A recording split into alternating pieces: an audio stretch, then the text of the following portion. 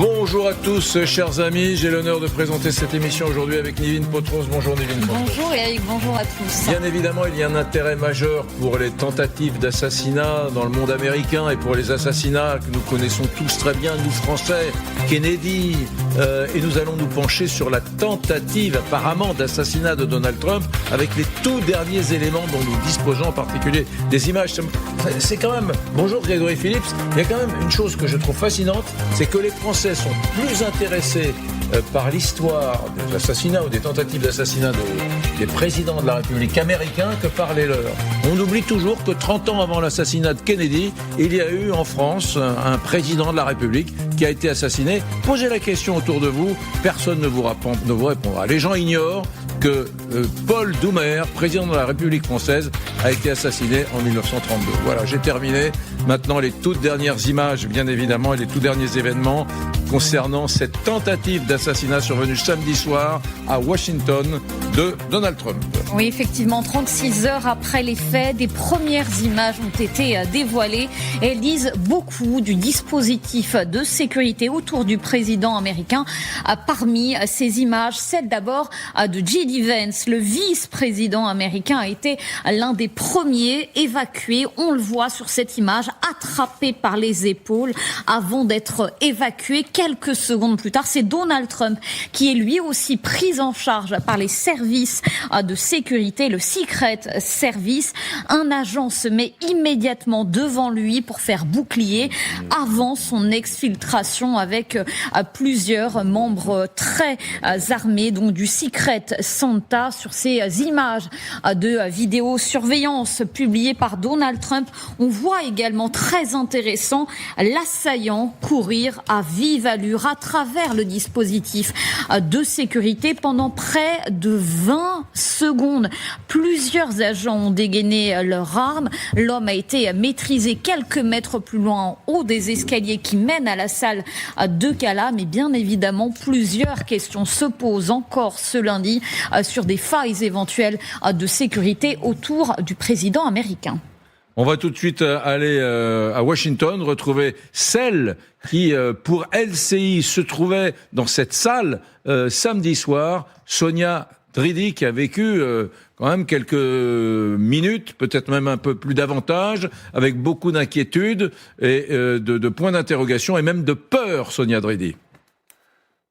Eh bien, le dîner venait tout juste de commencer. Les invités étaient en train de manger leurs entrées. Il y avait une musique d'ambiance quand tout d'un coup, nous avons entendu ces coups de feu. J'en ai entendu 3. On a vu des agents des services secrets débouler dans la salle. Ils nous ont dit de rester à terre et donc beaucoup d'entre nous, se sont mis sous ces tables. Certains, comme moi, se sont protégés avec des chaises parce que on ne savait pas ce qu'il se passait. Il y avait beaucoup de confusion. On ne savait pas s'il y avait un ou des tireurs qui avaient fait intrusion dans la salle. Au bout de quelques minutes, on est plusieurs à avoir contacté nos proches parce qu'on ne savait pas ce qui allait se passer. Il y avait une ambiance glaçante. Et puis, autre moment surréaliste, lorsque, après le choc, eh bien, Donald Trump a annoncé cette conférence de presse ici à la Maison-Blanche. Et donc, on est beaucoup à s'être précipité en tenue de gala dans la salle de presse de la Maison-Blanche.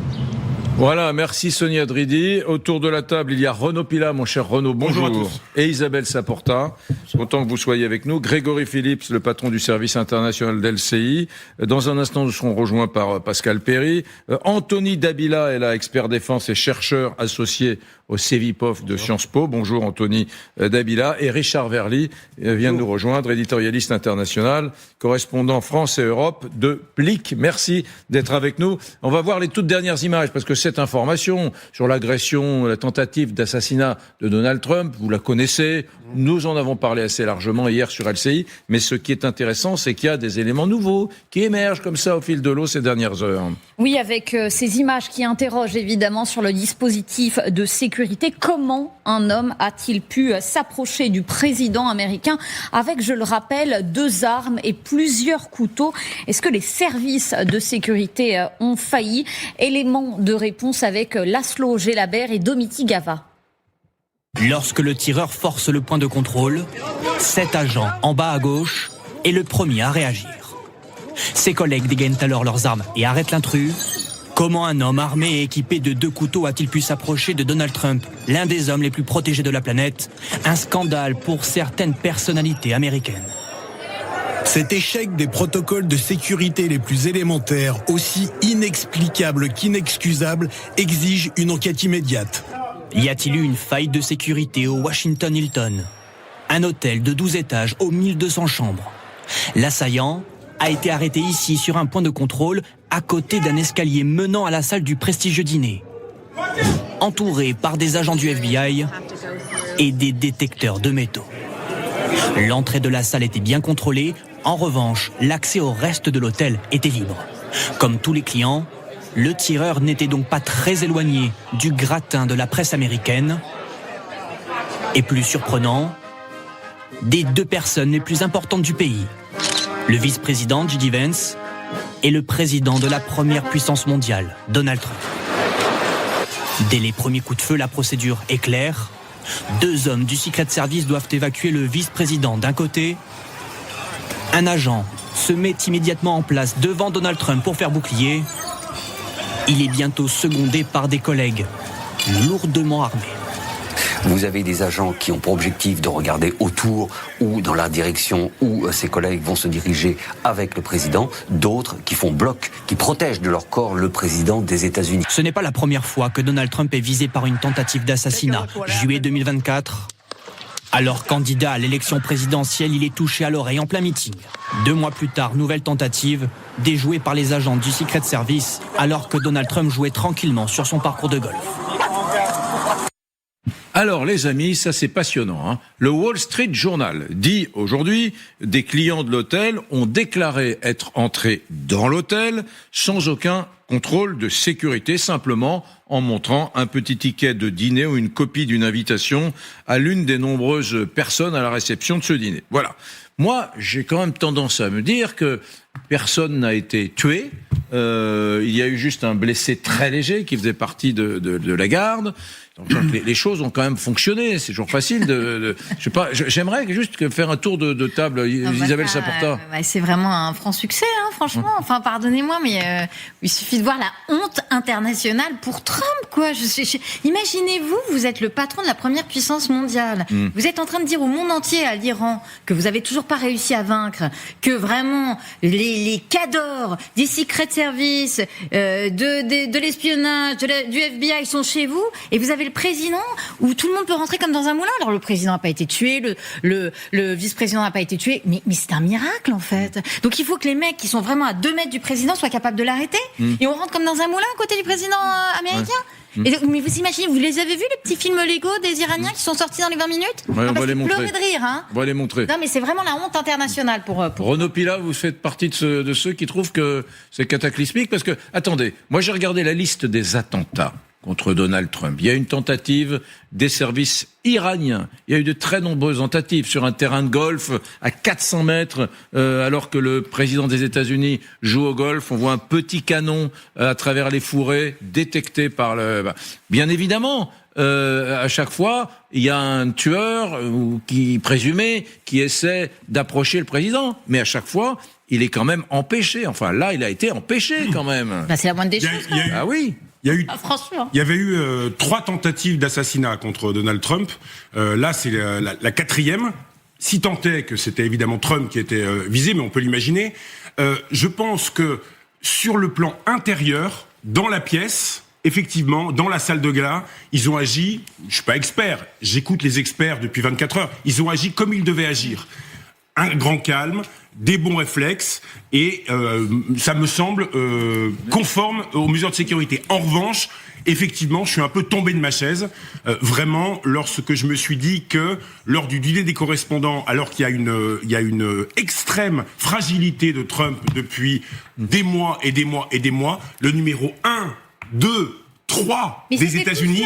1, Trump, 2, J.D. Vance, vice-président, 3, Mike Johnson, le président de la Chambre des Républicains, le président de l'Assemblée, qui, en cas d'empêchement, les 2 premiers, c'est lui. Ils étaient tous dans la même pièce et dans un hôtel qui n'a pas été suffisamment sécurisé. Oui, Philippe, si le tireur lui-même ironise sur le dispositif de sécurité, on peut se demander quand même s'il y a eu des failles. Représentant de l'administration, des ministres, etc., mais Trump n'était pas là. Mais c'est ce que tous les journalistes, les 2500 invités racontent, c'est que l'hôtel est resté ouvert. Donc le tireur, le suspect présumé, est arrivé là comme un client. Avec faut avoir c'était la même chose. Faut avoir une lecture fine. Carton en papier et vous êtes contrôlé seulement en bas. Faut avoir une lecture fine des choses. Je sais bien que moi, les gens qui disent oui, il aurait fallu boucler l'hôtel, puis boucler Washington, puis boucler les États-Unis tant qu'on y est. La tradition, c'est que, bien évidemment, dans un hôtel où il y a 2000, à peu près 2000 clients, on ferme pas l'hôtel. Donc le business avant la sécurité. Le business avant la sécurité. Non, mais on ferme pas l'hôtel. Mais est-ce que la sécurité a mal? Démontrez-moi que le process de sécurité a mal marché. Le tueur, enfin le présumé tueur, a été empêché, bon sang. Et il n'y a pas eu de mort. Vous avez raison. Et il n'y a pas eu de mort, Richard. J'ai dit, à l'intérieur, ça a marché. Si le marqueur, c'est de dire il n'est pas mort, écoutez, franchement, c'est quand même la moindre des choses qu'on puisse attendre de la première puissance mondiale, c'est de protéger son président, non? Richard Verly. Moi, je vais défendre Donald Trump. Je vais défendre Donald Trump dans ce cas-là parce que on est tous journalistes à se plaindre des mesures de sécurité devenues infernales autour des dirigeants politiques. On s'en plaint régulièrement, y compris en France, quand on va à des conférences de presse ou autres événements avec Emmanuel Macron. Dans ce cas de figure, alors c'est lié au fait que la Maison-Blanche n'a pas de salle des fêtes, on va pas revenir là-dessus. Donald Trump est en train d'en construire une, mais ça se passe dans un établissement public que justement le président n'interrompt pas. Le président des États-Unis laisse le business avoir lieu normalement dans cet hôtel, ou quasi normalement.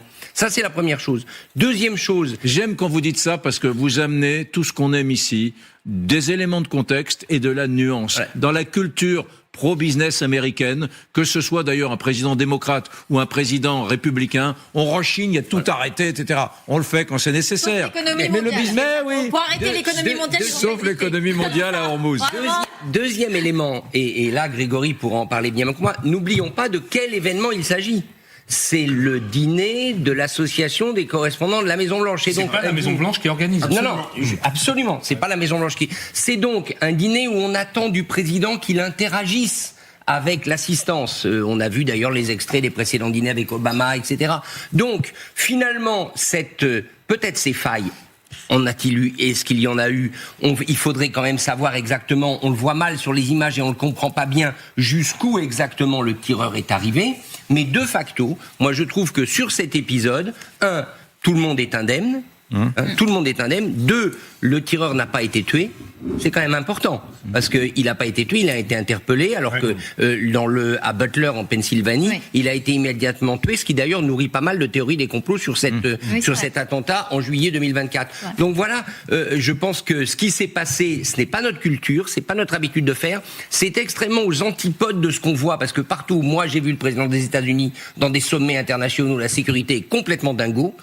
Complètement. Là, il semble que c'était pas le cas, mais parce qu'ils se sont peut-être protégés, il était aux États-Unis, parce qu'il a joué le jeu. On va quand même pas lui reprocher, pour une fois, d'avoir joué le jeu d'une certaine interaction avec le public qui était invité.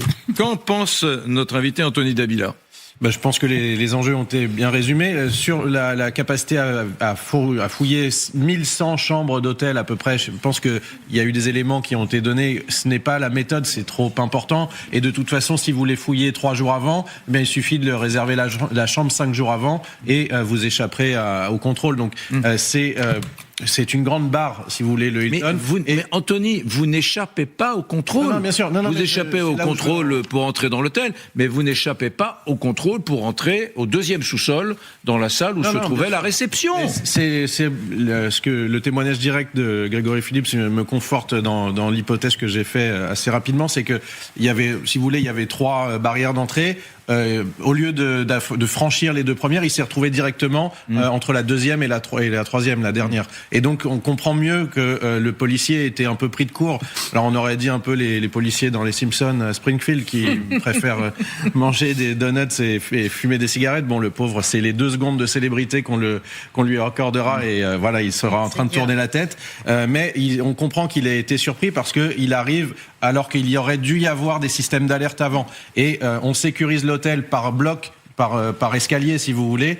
Il a réussi à s'introduire dans l'escalier. Il descend de l'ascenseur et il se met à courir. Au bout de 10 ou 15 secondes, il est maîtrisé. C'est plutôt une réussite. Et je vous donne un exemple. J'étais au Salon du Livre, parce que vous savez que j'ai sorti un livre récemment. J'étais invité au Salon du Livre au Grand Palais. Il y avait marqué en présence d'Emmanuel Macron. Je peux vous dire que le contrôle de sécurité, il était vraiment très très léger. J'ai ouvert ma besace juste pour voir s'il n'y avait pas une bonbonne de gaz, mais il y aurait pu y avoir complètement autre chose. Et dans ce genre d'événement, il faut un certain degré de confiance, parce que comme l'a dit Richard, sinon ça devient invivable et il faut filtrer 5000 personnes.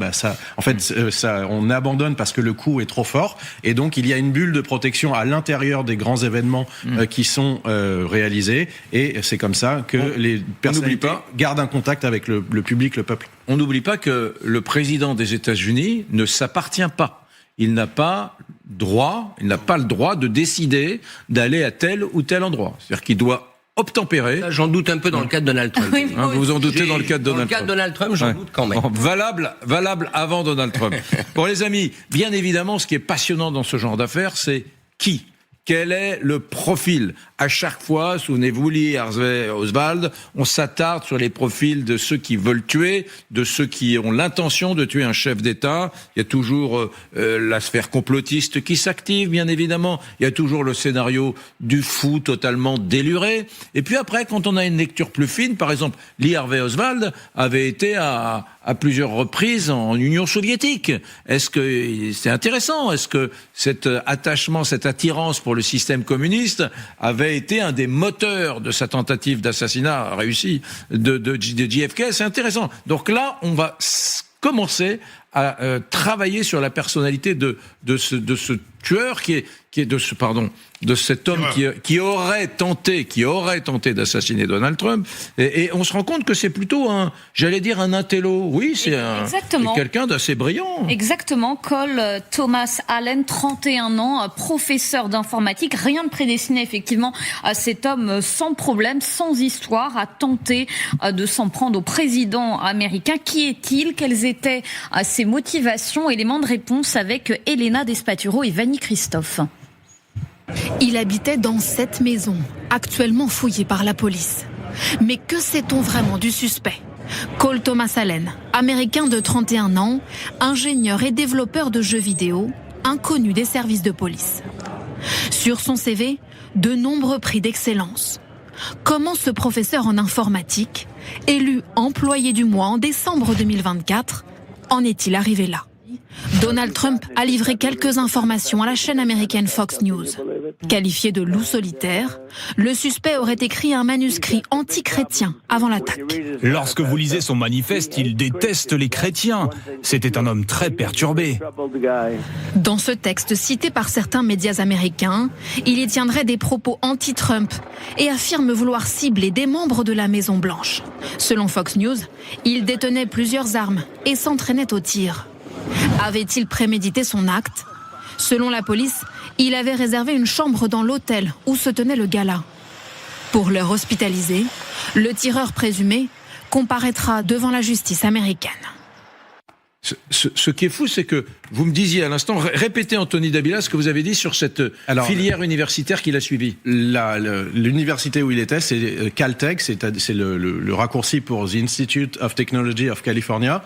C'est l'équivalent de l'école polytechnique ou de l'école centrale. C'est dans le Big Five des écoles d'ingénieurs américaines. Il y a plusieurs prix Nobel qui en sortent et ça a eu une part importante dans le programme nucléaire ou dans la construction de l'IA ou d'Internet. C'est vraiment l'élite de l'élite. Mais attendez, alors franchement, les bras m'en tombent là. Je suis stupéfait par ce que vous me dites. Donc le tueur, enfin, il faut que j'arrête avec le tueur. Le présumé coupable, cette tentative d'assassinat, ce jeune homme qui a été d'ailleurs, ça a été dit dans le reportage, ses collègues ou ses copains disaient que c'était un génie quand il était plus jeune, a fait l'équivalent de Centrale ou de Polytechnique en Californie. Oui, c'est vraiment quelqu'un qui a passé les meilleurs concours, qui a eu les meilleurs scores SAT, c'est le concours que vous passez pour entrer à l'université. Il était professeur dans une prep school, c'est-à-dire les écoles privées qui complètent la formation pour les étudiants américains. C'est payant et ça permet d'avoir des bons scores pour les concours d'entrée aux universités. Donc c'est vraiment quelqu'un qui est dans le très haut du panier au niveau universitaire et intellectuel. Et d'ailleurs, rien dans son profil, ni d'ailleurs dans le manifeste qu'il a envoyé à certains de ses proches, laisse penser qu'il pourrait s'agir d'un déséquilibré, par exemple. C'est quelqu'un qui est très sain, qui a une explication rationnelle. Si sain que ça, il n'aurait pas fait ça, Nivine. C'est en tout cas ce qu'il avance. Il avance un texte avec un manifeste, des explications. On n'est pas sur le profil d'une personne totalement déséquilibrée qui profiterait de l'occasion pour commettre un tel acte. Alors la nuance que je mettrais, c'est qu'on peut être un génie et être déséquilibré. Oui, bien sûr. Ça, c'est une autre affaire. Ce qui est certain, c'est que son itinéraire n'est pas du tout comparable à celui, par exemple, du tireur, là pour le coup, le tireur qui avait tenté d'assassiner Ronald Reagan au même endroit, devant cet hôtel. Là, c'était lui un déséquilibré, vous vous souvenez, passionné de Jodie Foster, une sorte d'illuminé, etc. Pareil, le tireur, enfin celui qui avait dirigé son fusil vers Donald Trump au golfe de Mar-a-Lago, il est avéré qu'il était quand même assez perturbé. Donc là, on n'a pas d'éléments pour l'instant qui laissent entendre qu'il y avait des déséquilibres psychologiques ou une haine politique assumée. Mais on n'est qu'au début de l'enquête. Il y a sans doute des éléments qui ne sont pas rendus publics. Moi, je suis toujours agacé lorsque l'histoire conclut, les historiens, des années plus tard, par c'était un déséquilibré. Par exemple, on a beaucoup dit que l'assassin de Jean Jaurès en 1914, qui s'appelait Raoul Villain, était un déséquilibré. Moi, j'ai travaillé sur l'assassin de Jean Jaurès. J'avais le projet même de faire un livre sur lui que je n'ai pas fait. Mais Raoul Villain était tout sauf un déséquilibré. C'était quelqu'un qui voulait récupérer l'Alsace et la Moselle, voilà, l'Alsace-Lorraine, etc. Il avait prévu d'aller assassiner le Kaiser, l'empereur d'Autriche, d'Allemagne, et on lui avait dit non, ça va être compliqué, etc. Puis c'est un ami des arts. Alors il avait dit mon Dieu, si c'est un artiste. Et puis comme Jaurès s'opposait à la guerre pour récupérer l'Alsace et la Moselle, eh bien il a assassiné Jaurès, ce qui est tragique bien évidemment. Mais il y a un sens évident, ça n'est pas un illuminé qui passe par là et qui va tuer Jaurès. Donc moi ça m'agace toujours quand l'histoire conclut que le type est timbré, ça suffit, pas besoin de plus d'explications. C'est la même chose pour Lee Harvey Oswald. Il y a un vrai rationnel, il s'en prend à Kennedy pour de véritables raisons, et je trouve ça toujours un peu agaçant pour l'histoire, quand les gens disent « Oh, c'était timbré, on tourne la page, on passe au dossier suivant ». Non. Oui, mais sauf que c'est différent dans le cas de celui qui avait tenté au même endroit d'assassiner Ronald Reagan. Vous avez raison. Vous avez raison. Non, mais il faut faire confiance aux expertises psychiatriques.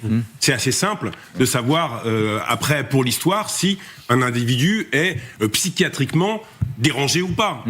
La psychiatrie, ça existe. Et le travail d'après tentative d'assassinat ou assassinat extrêmement important. Moi, je dirais que il y a quand même un truc avec le passage à l'acte, Renaud. Oui, parce que, dites-moi, regardez, nous, il y a des gens qu'on n'aime pas, on n'arrive pas forcément armés pour voir si on les dézingue ou pas. Enfin, il y a quand même le passage à l'acte, pardon. Vous avez raison, mais tous les gens que vous aimez pas, vous arrivez armés pour les attendre en bas de chez eux, vous ? Non. Bah voilà, donc il y a quand même un petit pet au casque, on est d'accord ? Mais il y a un rationnel. Pour avoir regardé le terrorisme, pour avoir regardé dans toutes les histoires du terrorisme, l'analyse psychiatrique et psychologique du passage à l'acte est extrêmement complexe et on n'a pas encore vraiment d'études et de résultats là-dessus. Moi, c'est pas tellement ce que révèle le profil du tueur qui m'intéresse vraiment. C'est ce que révèle une fois de plus la société américaine. C'est ce que révèle une fois de plus l'Amérique. C'est ça qui intéresse. On est, pardonnez-moi, on tombe un peu de notre chaise samedi soir, mais on n'est pas catastrophé. On se dit encore, il y a eu 40 tentatives d'assassinat ou assassinat contre les présidents américains. 40. Vous imaginez Regardez, attends, je vous interromps. Regardez, parce qu'on a la régie la plus rapide du monde. Ronald Reagan, 1981, il s'appelle John Hinckley. Voilà, il a tenté d'assassiner Ronald Reagan devant l'entrée d'un immeuble. Regardez, vous vous souvenez peut-être de cette archive. Si vous étiez plus jeune ou si vous étiez déjà né en 1980, regardez.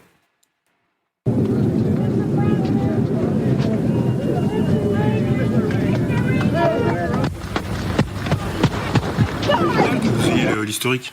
Touché par 2 balles devant le même hôtel Hilton de Washington que la tentative dont nous parlons, qui a eu lieu samedi soir contre l'administration Donald Trump et Donald Trump lui-même. Après, il y a aussi un attentat qui était à la même époque, c'est l'assassinat de John Lennon à New York, devant le Dakota Building, qui a aussi privé l'Amérique et le monde d'un talent certain.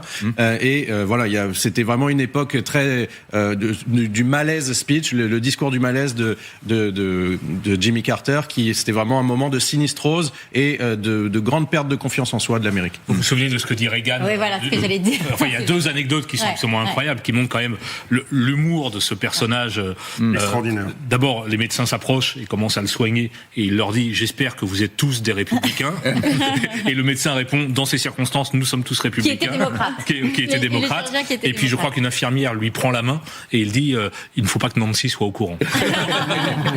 Mais quel grand président, Ronald Reagan. Et je termine juste sur la violence de la société américaine.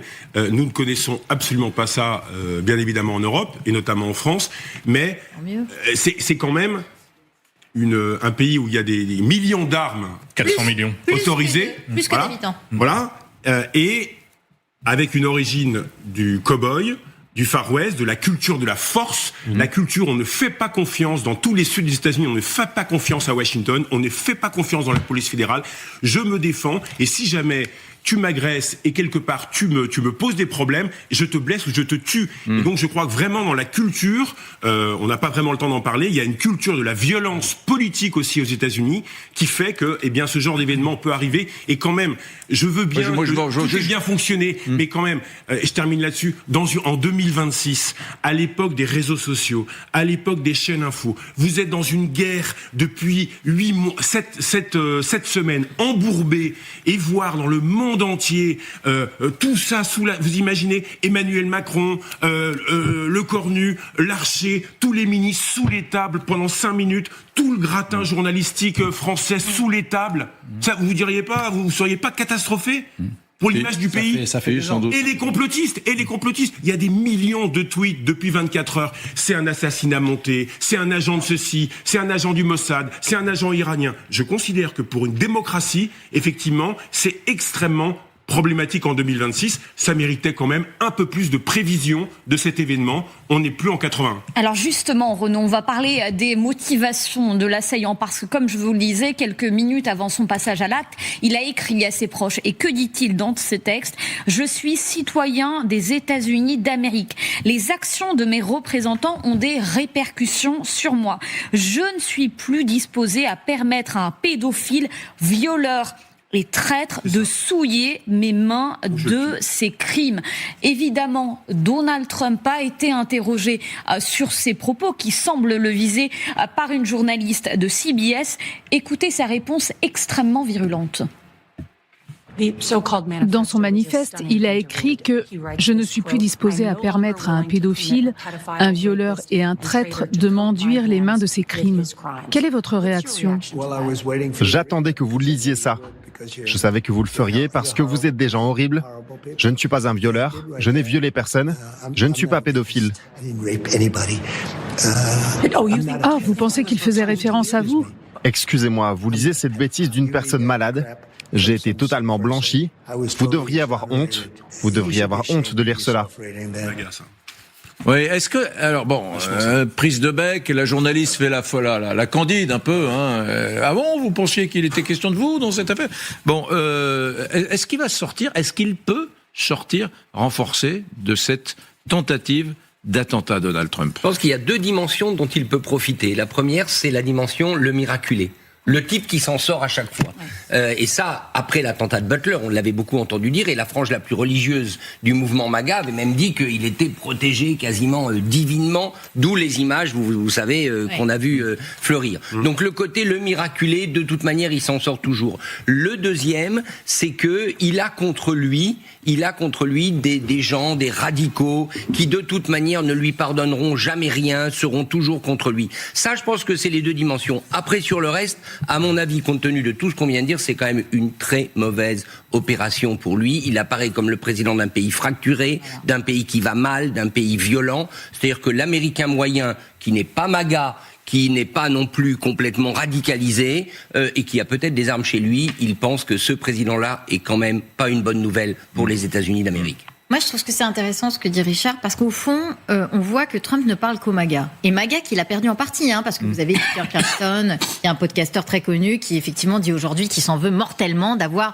œuvré à la candidature, à faire que Donald Trump soit élu. Lui, il parle au MAGA, et vous avez l'Iran qui aujourd'hui, c'est emparé du soft power et parle au reste du monde. C'est-à-dire qu'il répond en fait au MAGA avec cette journaliste qui surjoue sûrement, alors vous pensez qu'il parle de lui, et pendant le même temps, on a les Iraniens qui lancent cette espèce de vidéo virale en disant, au fond, le montrant comme un chef des pédophiles, des violeurs et un président impuissant. Donc je me dis quand même quel affaissement, enfin pardon, je sais que c'est ma yoyote et que ça va encore pas plaire à votre ami banquier qui vous écrit pour dire que je suis anti-trumpiste, mais il n'empêche qu'on salue d'ailleurs. Mais il n'empêche Laurent, il nous regarde tous les jours, Laurent. À l'heure de sa pause. Et qui me déteste tous les jours. Non, il m'a même écrit que les vacances, vous avez un peu reboosté. Non, mais je remercie Laurent de son analyse. Mais en tout cas, ce que je veux dire, c'est qu'on se retrouve aujourd'hui avec un Occident symbolisé par les États-Unis. Enfin, j'espère qu'on est dissocié des États-Unis, qui montre une impuissance internationale et un Iran qui paraît presque sympathique. Je ne sais pas comment il a réussi, Donald Trump, cette drame humain qui est de rendre quasiment sympathique le régime tortionnaire, assassin des mollahs, mais vraiment c'est un foirage, pardonnez-moi, mais total. Oui, Renaud Pilat, je voudrais juste dire qu'il y a un téléspectateur qui m'écrit et qui dit alors Richard Verly parle de la culture de la violence, les armes aux États-Unis.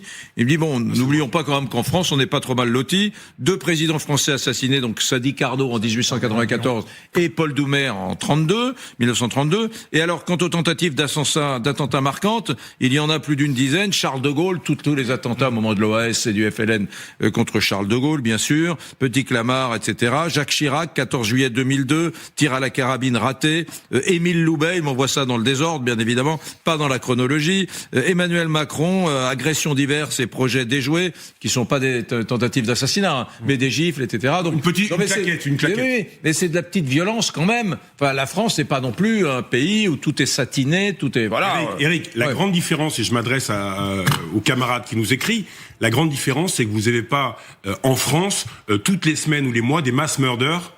Comme aux États-Unis, où tout le monde est hanté lorsqu'il y a des parents qui emmènent leurs enfants à l'école, d'avoir, soit à l'école, soit dans des facs, le breaking news, où vous avez 5, 10, 15, 30, 40 morts.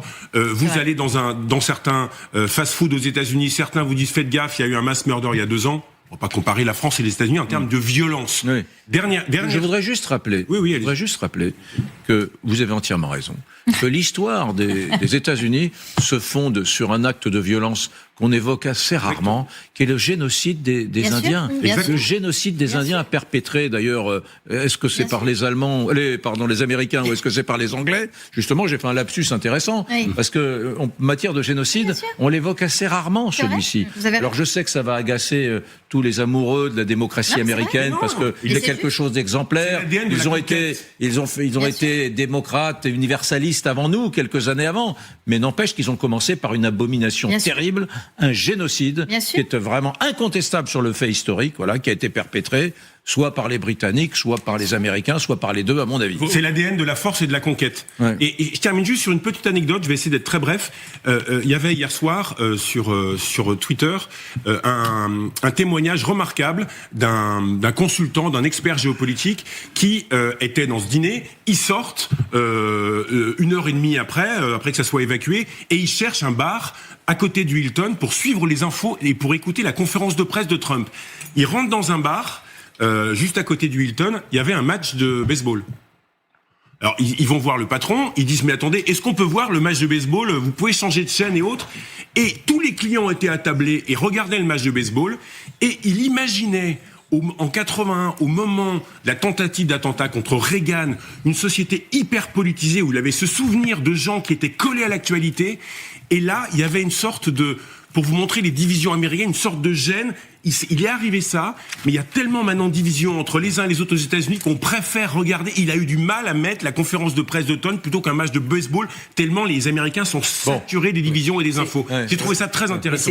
C'est ça la très mauvaise nouvelle pour Trump. C'est le ras-le-bol. Il y a un ras-le-bol aux États-Unis, au-delà du camp démocrate, de cette Amérique telle qu'elle est maintenant, présidée par Donald Trump. Alors après, j'ajoute, on peut parler de la conquête, du génocide des Indiens, tout ça est absolument vrai, sauf que ce suspect-là, il n'entre pas dans le cadre.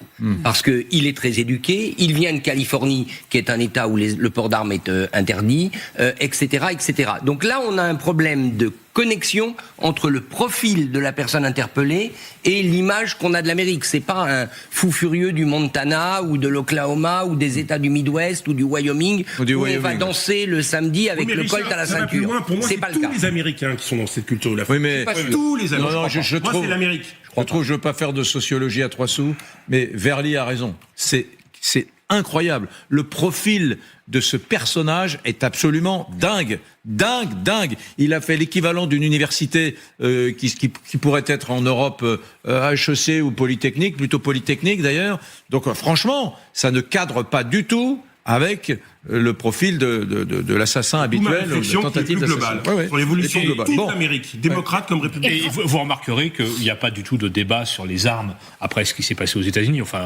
Mais il n'y a pas de débat sur les armes non plus après un shooting dans une école. Il y a des shootings toutes les semaines aux États-Unis. Alors il n'y a pas toujours 17 ou 20 morts dans les cas, mais il y a quelques gamins qui toutes les semaines se font descendre dans des écoles et ça ne provoque pas de débat sur le port d'armes aux États-Unis. Avec cette question, a-t-il tiré ou pas? Alors justement, ce sera sans doute l'une des réponses qui sera apportée cet après-midi, parce que je vous rappelle ce rendez-vous, Cole Thomas Allen qui comparaîtra devant la justice, inculpé de 2 chefs d'accusation, d'abord pour usage d'armes à feu lors d'un crime violent, le second pour agression d'un gendarme fédéral à l'aide d'une arme dangereuse. Évidemment, on suivra cette première audience sur LCI. Bon, je vais demander à Pascal Perry que je vois pointer là derrière les caméras, mesdames, messieurs, car c'est une magnifique chorégraphie ce plateau.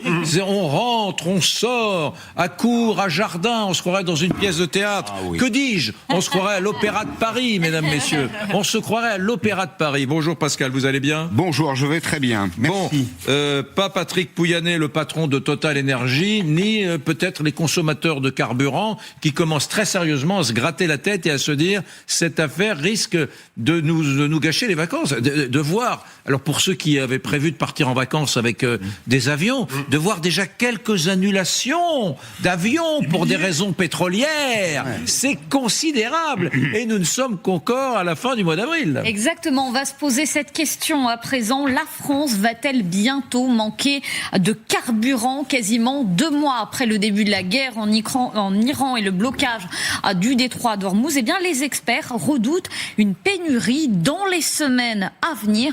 Et pourtant, Emmanuel Macron s'est montré très rassurant ce week-end. Écoutez le chef de l'État et on écoutera ensuite Patrick Pouyanné. Je crois pouvoir vous dire à ce stade que la situation elle est contrôlée, qu'aujourd'hui la situation ne nous fait envisager aucune pénurie et qu'on consacre plutôt notre énergie pour réouvrir le plus vite possible Ormuz. La pire des choses dans ces moments-là où il y a des tensions, de l'incertitude géopolitique, c'est que ces tensions soient accrues par des comportements de panique. Et bien souvent, la pénurie, on la crée par ces comportements de panique eux-mêmes. Voilà donc pour la déclaration du chef de l'État. Eh bien, c'est faux, selon le président de Total Energy, Patrick Pouyanné, qui lui craint bel et bien une pénurie dans les prochains mois. Écoutez-le. Nous avons désormais absorbé tout le surplus des stocks. Si la situation perdure encore 2 ou 3 mois, nous entrerons dans une ère de pénurie énergétique, comme celle que subissent déjà certains pays asiatiques. Bon, attendez. Vous commencez pas à vous engueuler sur le plateau alors que ça n'a même pas démarré. Vous étiez en train de prendre Pascal Perry à partie. Mais c'est sans filtre. Ouais, c'est sans filtre. Sans filtre, d'accord. Même pendant les sonores. Là, pour vous mettre d'accord, je passe la parole à Isabelle Sapouka, qui est mon mon éditorialiste préféré, ne vous en déplaise. La modération et la sagesse. Voilà. Très belle. Bon, qui dit vrai? D'abord, est-ce que vous redoutez pour vos vacances d'été? Vous avez peut-être prévu de prendre un petit avion avec vos enfants pour aller quelque part? C'est bon de préciser les vacances d'été. Hein. Oui, pourquoi? Parce qu'en France, on est en vacances toutes les 7 semaines. Je vous rappelle que le travail est cette séquence qui interrompt mes vacances et me renvoie au prochain. Pascal Perry, je vais vous dire une chose, Renaud Pilat. C'est pour ça que je l'aime. Oui, parce qu'il a raison. Et il accepte d'être un peu, je sais pas, impopulaire, parce qu'il y a peut-être des gens qui nous regardent. Imaginez un enseignant. Il est à sa pause, bon, c'est les vacances, mais pas partout en France. Vous n'allez pas attaquer les enseignants? Non. On va recevoir des tonnes de... Parce que les enseignants, tout le monde va les chercher. Vous avez trop de vacances. Donc là, il est 12h39. Et en télétravail au bord de la plage. L'enseignant est en train de regarder Pascal Perry. Il est en train de dire, mais j'en ai marre, c'est insupportable. Il recommence. Mon Dieu, cette chaîne LCI, c'est des poujadistes. Ils sont pires qu'une autre chaîne. C'est pas possible. Mais vous avez raison, les professeurs, d'ailleurs, il faudrait doubler leur salaire et qu'ils aient moins de vacances. Je pense qu'en fait, faisons ça, proposons-leur. Bref, donc je reviens sur notre ami Pouyanné. Parce qu'en fait, j'attendais de rebondir sur Monsieur Perry, parce que je suis sûre que là-dessus, pour une fois, une rare fois, on va être d'accord. Moi, je trouve que c'est la différence entre les politiques et les grands patrons, et c'est pour ça que je suis contente d'avoir un politique à la tête de la France plutôt qu'un grand patron. Ce grand patron Pouyanné, on s'était empeignés tous les deux, alors que d'habitude on s'aime, parce que on avait rappelé cette histoire de Pouyanné qui avait dit que au fond ça le gênait pas de payer un péage pour le détroit d'Ormuz, parce que du moment que ça circulait, il n'y avait pas de problème. Bah si, il y a quand même un petit problème moral, c'est qu'on vient de reconnaître effectivement que le gouvernement actuel de l'Iran, c'est un gouvernement terroriste, et qu'on va pas commencer à se dire, après ce qui s'est passé, qu'on va en fait continuer à nourrir ce gouvernement terroriste. Donc Pouyanné déjà disait ça il y a 2 semaines. Vous vous souvenez de ça? Oui. Et maintenant il dit effectivement, c'est la catastrophe, oulala. Et le président de la République, il dit autre chose. Il dit, écoutez, en fait, c'est pas la peine de hurler au loup, on va essayer d'arranger les choses. Et moralement, on va gagner. Mais moi, vous voyez, quelque part, Macron, je suis team Macron sur ce coup-là, je trouve qu'il a parfaitement raison. On a quelques semaines pour sortir, en fait, de cette guerre. J'espère que l'Europe va être à la hauteur. J'espère que Macron va pouvoir emmener avec lui l'Europe et qu'on va sortir de là. Maintenant, Pouyanné fait peur à tout le monde. Je pense que c'est une sinistre bêtise de sa part. Pascal Perry, team Macron, pour reprendre la formule d'Isabelle Saporta. Moi, j'ai appelé tout à l'heure. Moi, je m'en tiens au fait. Il y a un quart d'heure, là, j'étais au téléphone avec Monsieur Gantois, qui est le patron de l'UFIP, l'Union des industries pétrolières en France, qui me dit, pour le mois de mai, soyez rassurés, parce qu'il y a des ponts au mois de mai, pas de difficulté d'approvisionnement. C'est-à-dire que pour les automobilistes, il n'y a pas de pénurie à l'horizon. Et on est à 4% aujourd'hui des stations essence perturbées en France. Alors non, mais il peut y avoir des perturbations, mais ça ne s'appelle pas des pénuries. La pénurie, c'est quand il y a plus de consommables, si vous voulez.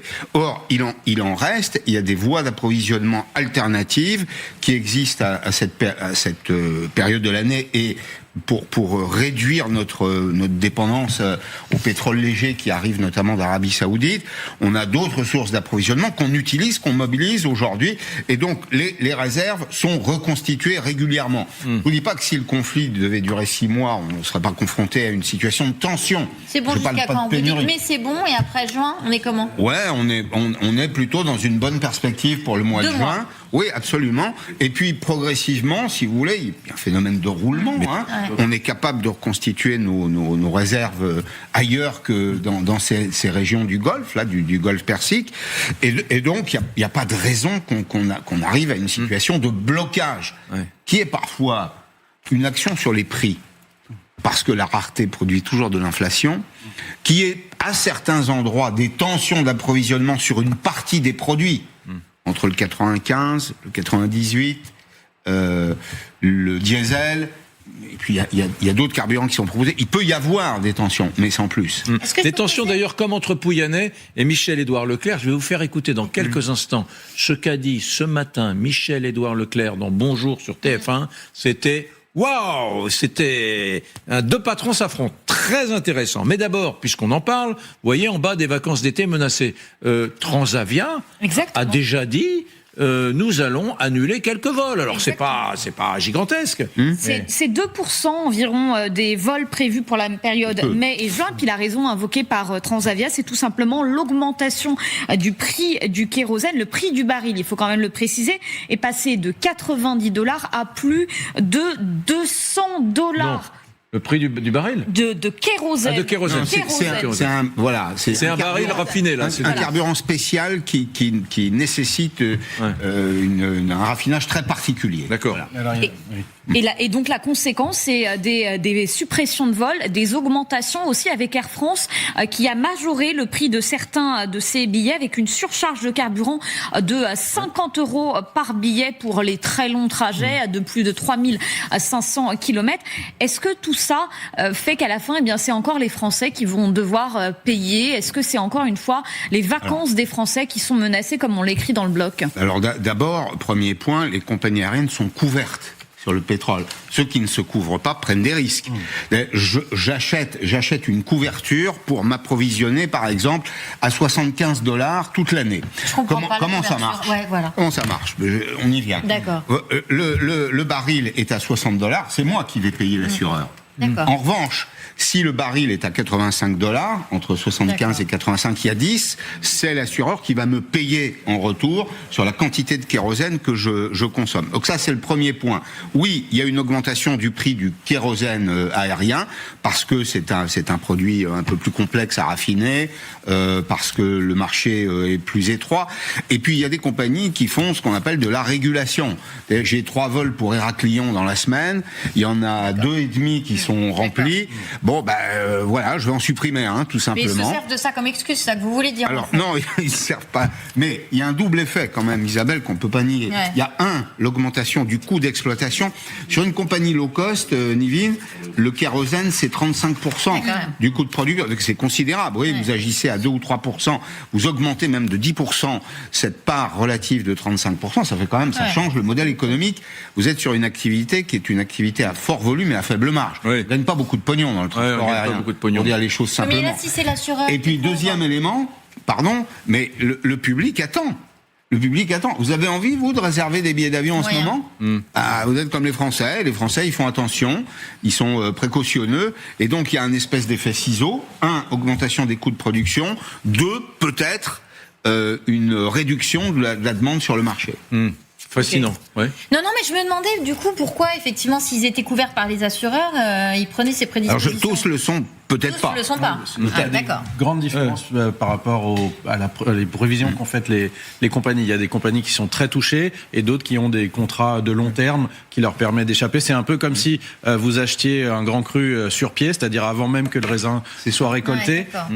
Les années où le vin est normal, vous gagnez pas trop d'argent, mais si c'est un cru exceptionnel, vous l'avez payé beaucoup moins cher et vous gagnez de l'argent. Regardez alors, je vous ai dit, il y a une petite algarade sympa ce matin, on aime bien quand il y a de la friction, nous. C'est que, en quelque sorte, le patron emblématique de Leclerc, Michel-Édouard Leclerc, répond à Monsieur Pouyanné. Et ce qu'il nous dit à nous, c'est que, en gros, il nous dit, moi qui revends, dans mes hypermarchés, qui revends tout, j'en ai un peu marre, à chaque fois qu'il y a une petite crise, de voir tous ces industriels qui, là, fabriquent leurs produits avec du pétrole, des emballages en plastique, etc., qui commencent déjà à crier avant d'avoir mal, en disant « Oh mon Dieu, je vous préviens, ça va augmenter, mais on n'y est pour rien, c'est les autres, on n'y est pour rien. » Écoutez ce que disait donc ce matin sur TF1 Michel-Édouard Leclerc quand il parle des industriels, vous avez compris de qui il parle.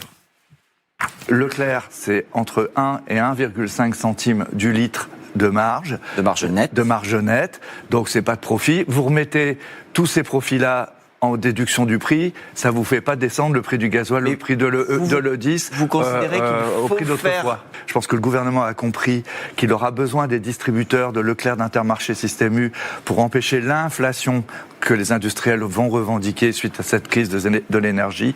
Donc je pense que le ministre a compris ça. Et par contre, toute la distribution répond présent pour ne pas repartir à la négociation avec des industriels qui crient au loup déjà sur l'augmentation des coûts des produits pétrochimiques, des emballages et tout ça. Il n'y a pas de gentil là-dedans. Il n'y a pas de gentil. C'est le bal des tartuffes, excusez-moi, parce que moi, j'étais pleine d'attention. Je me suis dit, ça y est, il se passe un truc. Bon, en fait, Leclerc, il dit, c'est pas moi. Et l'autre, il dit, ce sera pas nous non plus. Et pendant ce temps-là, c'est là qu'on se rend compte que la politique, c'est un métier qui est pas évident, quand même. Parce que, par contre, Macron, c'est toujours de sa faute. Alors, attendez. On va appeler, parce qu'il y a Benjamin Cuc, spécialiste automobile, qui nous regarde et qui me dit 30% des voitures neuves vendues depuis le début de l'année sont électriques. Cette affaire va augmenter. Appelez Benjamin Cuc, la régie la plus rapide du monde, appelez ce journaliste automobile spécialisé qui ne mâche pas ses mots en général, qui est même un peu... on sera avec lui dans les prochaines secondes. En Asie, c'est 50% de voitures électriques, parce que là, il y a des tensions d'approvisionnement en carburant. Ah oui, en Asie, 50%. Non mais je veux pas gâcher le déjeuner de famille, mais je trouve que quand même, je vous trouve vraiment bien optimiste. Bien optimiste. Parce que, et on va en parler tout à l'heure, les négociations n'ont jamais été autant au point mort entre les États-Unis et l'Iran.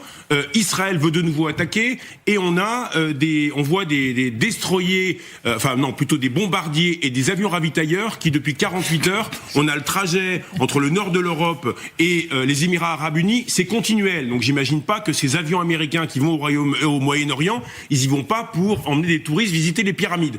Donc on se retrouve là avec des tensions qui n'ont jamais été aussi fortes aux 7e semaine de la guerre. Et deuxièmement, c'est pas parce qu'il y a de la pénurie que nous ne souffrons pas, nous les Français.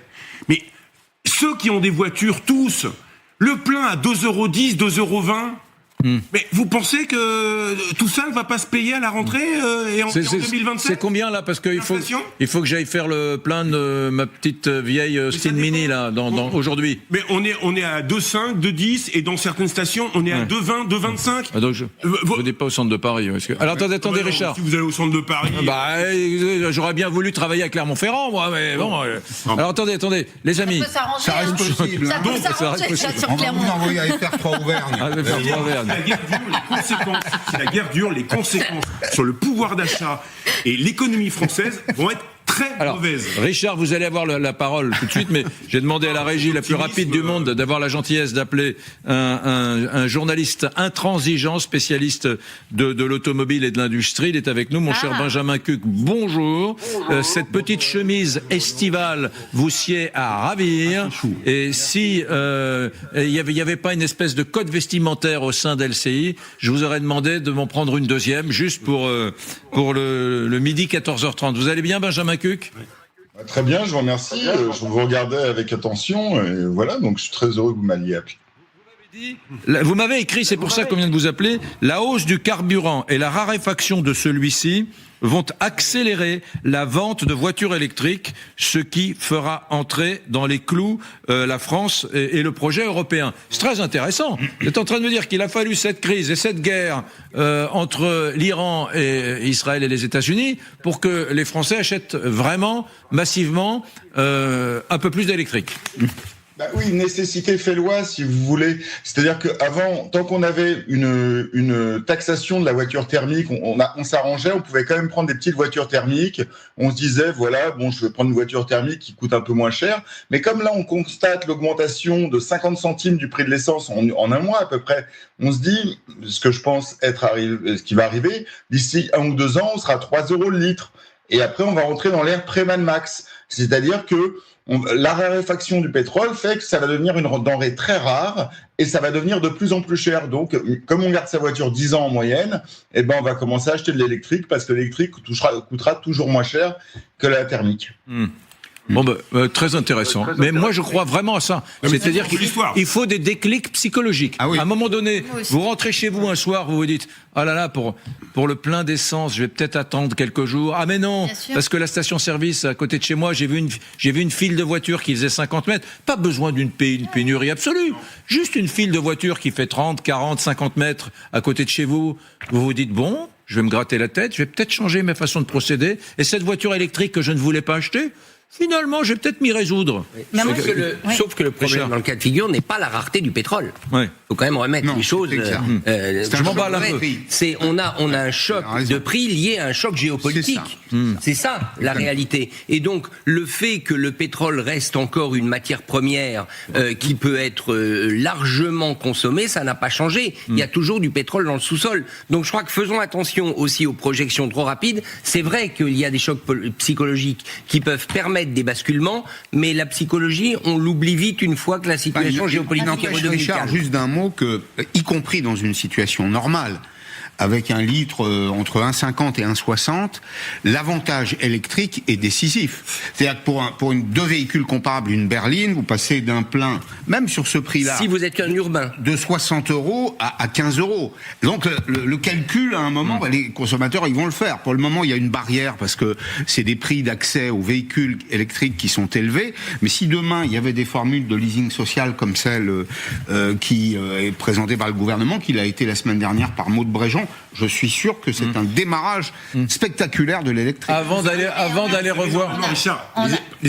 les experts pétroliers disent que le prix du carburant ne reviendra pas sous les 1,90 à peu près avant la présidentielle.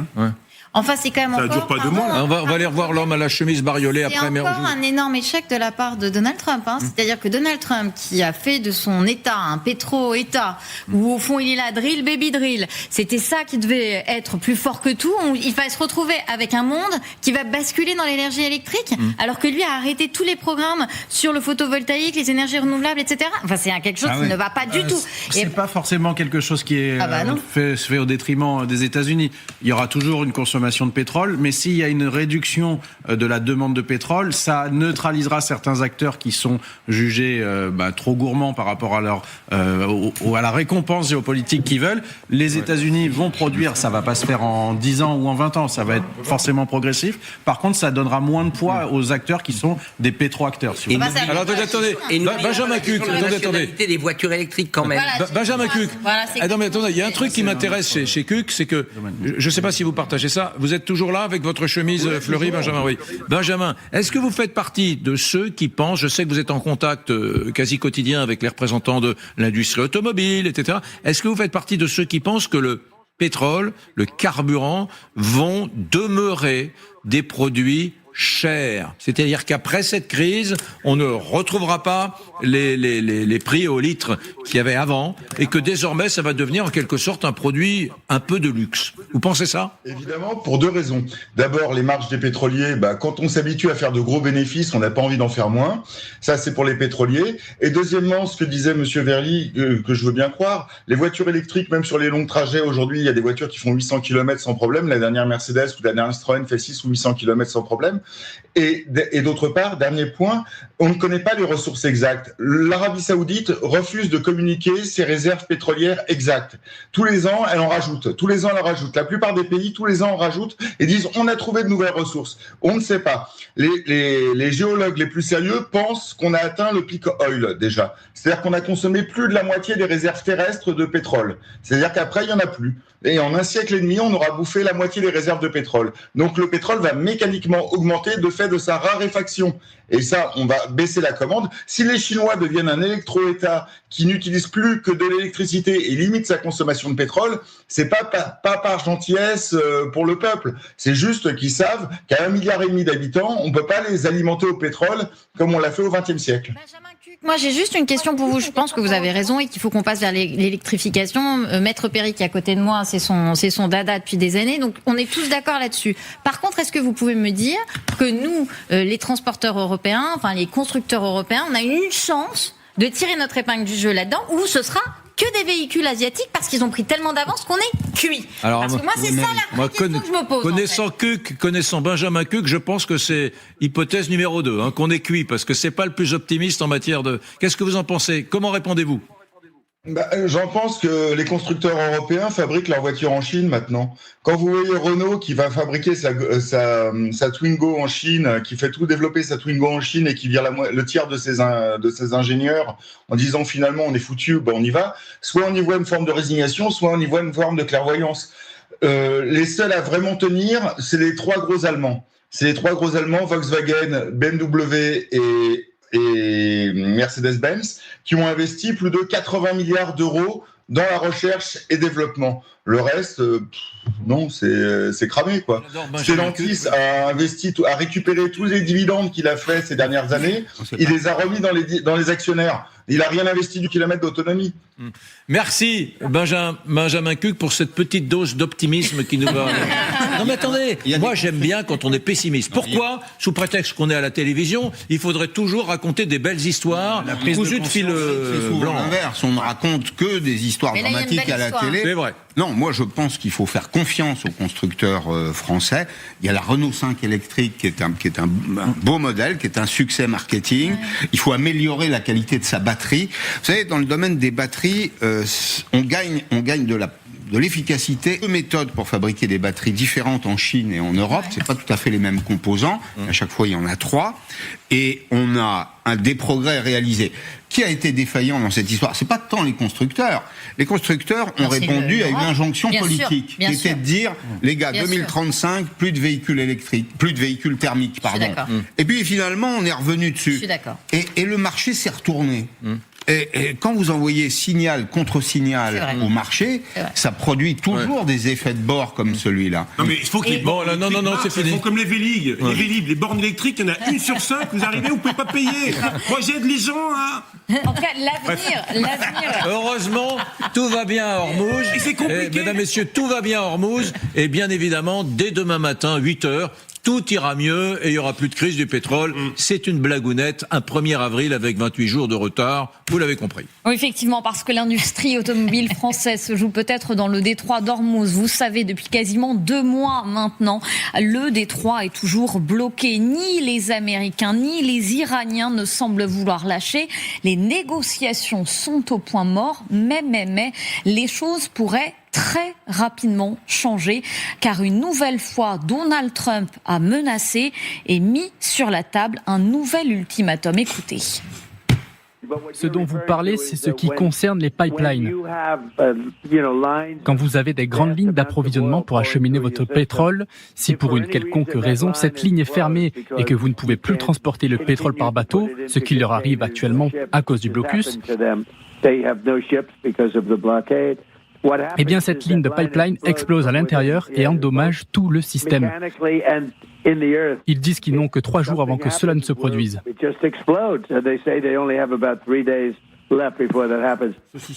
Richard Verly, est-ce que vous y croyez à ce nouvel ultimatum de Donald Trump ? Est-ce que d'ici 3 jours, les États-Unis pourraient bien une nouvelle fois attaquer les infrastructures iraniennes, les infrastructures pétrolières évidemment iraniennes ? Je pense qu'il prépare quelque chose. Donald Trump. C'est-à-dire que j'ai du mal à imaginer qu'il puisse accepter un enlisement des négociations, parce qu'on connaissait l'enlisement militaire, maintenant on est face à un enlisement des négociations, puisqu'il n'y a même pas de négociations et que quand même le ministre des Affaires étrangères iranien est en ce moment en Russie. Donc Donald Trump, à un moment donné, il va avoir besoin de faire quelque chose. Et c'est un peu son habitude. C'est-à-dire systématiquement, il fait des négociations et à un moment donné, il frappe.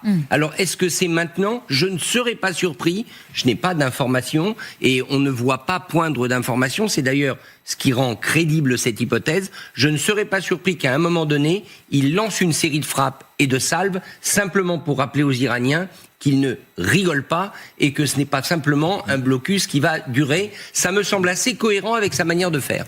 Alors justement, on va prendre la direction de l'Iran où nous attend notre correspondant sur place, Siavosh Ghazi. Siavosh, on le voit du côté iranien, il n'est pas question non plus de céder quoi que ce soit sur le détroit d'Ormuz. On l'a bien compris, pour les Iraniens, il n'est pas question pour l'heure de s'arrêter. C'est la stratégie définitive de l'Iran parce qu'on comprend l'intérêt pour Téhéran de ces détroits d'Ormuz. Oui, en fait, lors de la visite de Abbas Araghchi à Islamabad, la première visite qui a duré une vingtaine d'heures, et ensuite, donc il est allé à Oman et est revenu à Islamabad.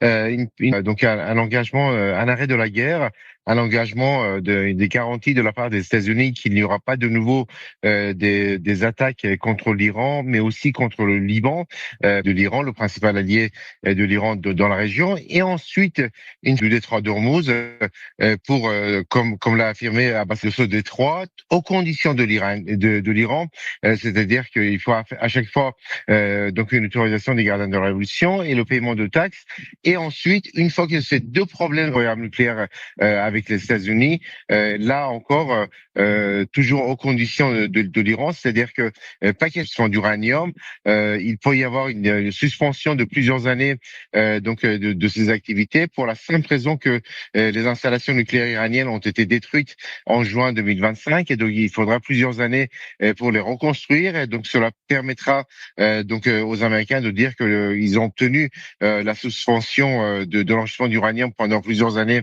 d'uranium, notamment les 400 kg. L'Iran est prêt à diluer ses stocks enrichis à 60% à moins de 5%, ce qui pourrait donc si les Américains donc l'acceptent, ce qui pourrait satisfaire, et n'est pas prêt à céder sur d'autres sur ces questions-là. C'est tout ce que l'Iran pourtant, et que ce sont les pays occidentaux, les Américains, qui se mènent dans ces situations de blocage, notamment le blocage du détroit d'Ormuz, avec une augmentation des prix du pétrole et de l'essence dans les pays occidentaux. Merci, Siavosh Ghazi. Merci beaucoup. Pour Donald Trump. Ça va pas très vite. Parce que là, il vient de résumer la position du gouvernement iranien. Et alors, pardon, alors peut-être que je suis complètement idiote, hein, mais c'est incompréhensible. Hein. C'est ça, mais on sait pas comme ça. Vont être.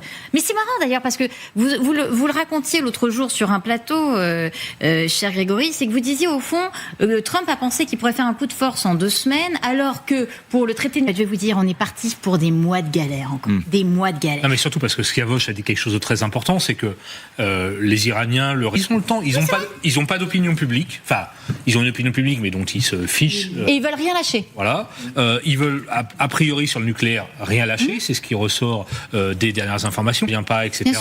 Avec, c'est vrai, les États-Unis qui sont un peu perdus. L'électoral qui est maintenant le 3 novembre prochain avec les élections de mi-mandat. Il a le Congrès avec la date limite des 60 jours. Alors en fait, ce sera le 1er mai cette date limite, puisque il a informé le Congrès 2 jours après le début de la guerre. Bon, lui, il est un peu pressé par le temps. Il a des échéances qui arrivent. Les Iraniens, ils s'en fichent de ce que pense l'opinion publique de Téhéran, etc. Alors les amis, restez avec nous parce que je sais pas ce que vous qu'il y a un Iran tour qui se propose à vous. Hein. Alors, vous allez visiter en Iran tous les sites de la guerre. Alors bien évidemment, vous avez compris, c'est un trait d'humour, quoique pas tant que ça, puisque l'Iran fait vraiment un Iran tour pour faire visiter aux journalistes internationaux les lieux, ceux qui peuvent encore travailler en Iran, les lieux de la guerre. Pensez par de rescue, de sauvetage de ce pilote de chasse abattu. Voilà, eh bien, les Iraniens aujourd'hui font visiter ces sites à la presse internationale. C'est une forme d'Iran tour. On vous montrera ces images de propagande dans un instant.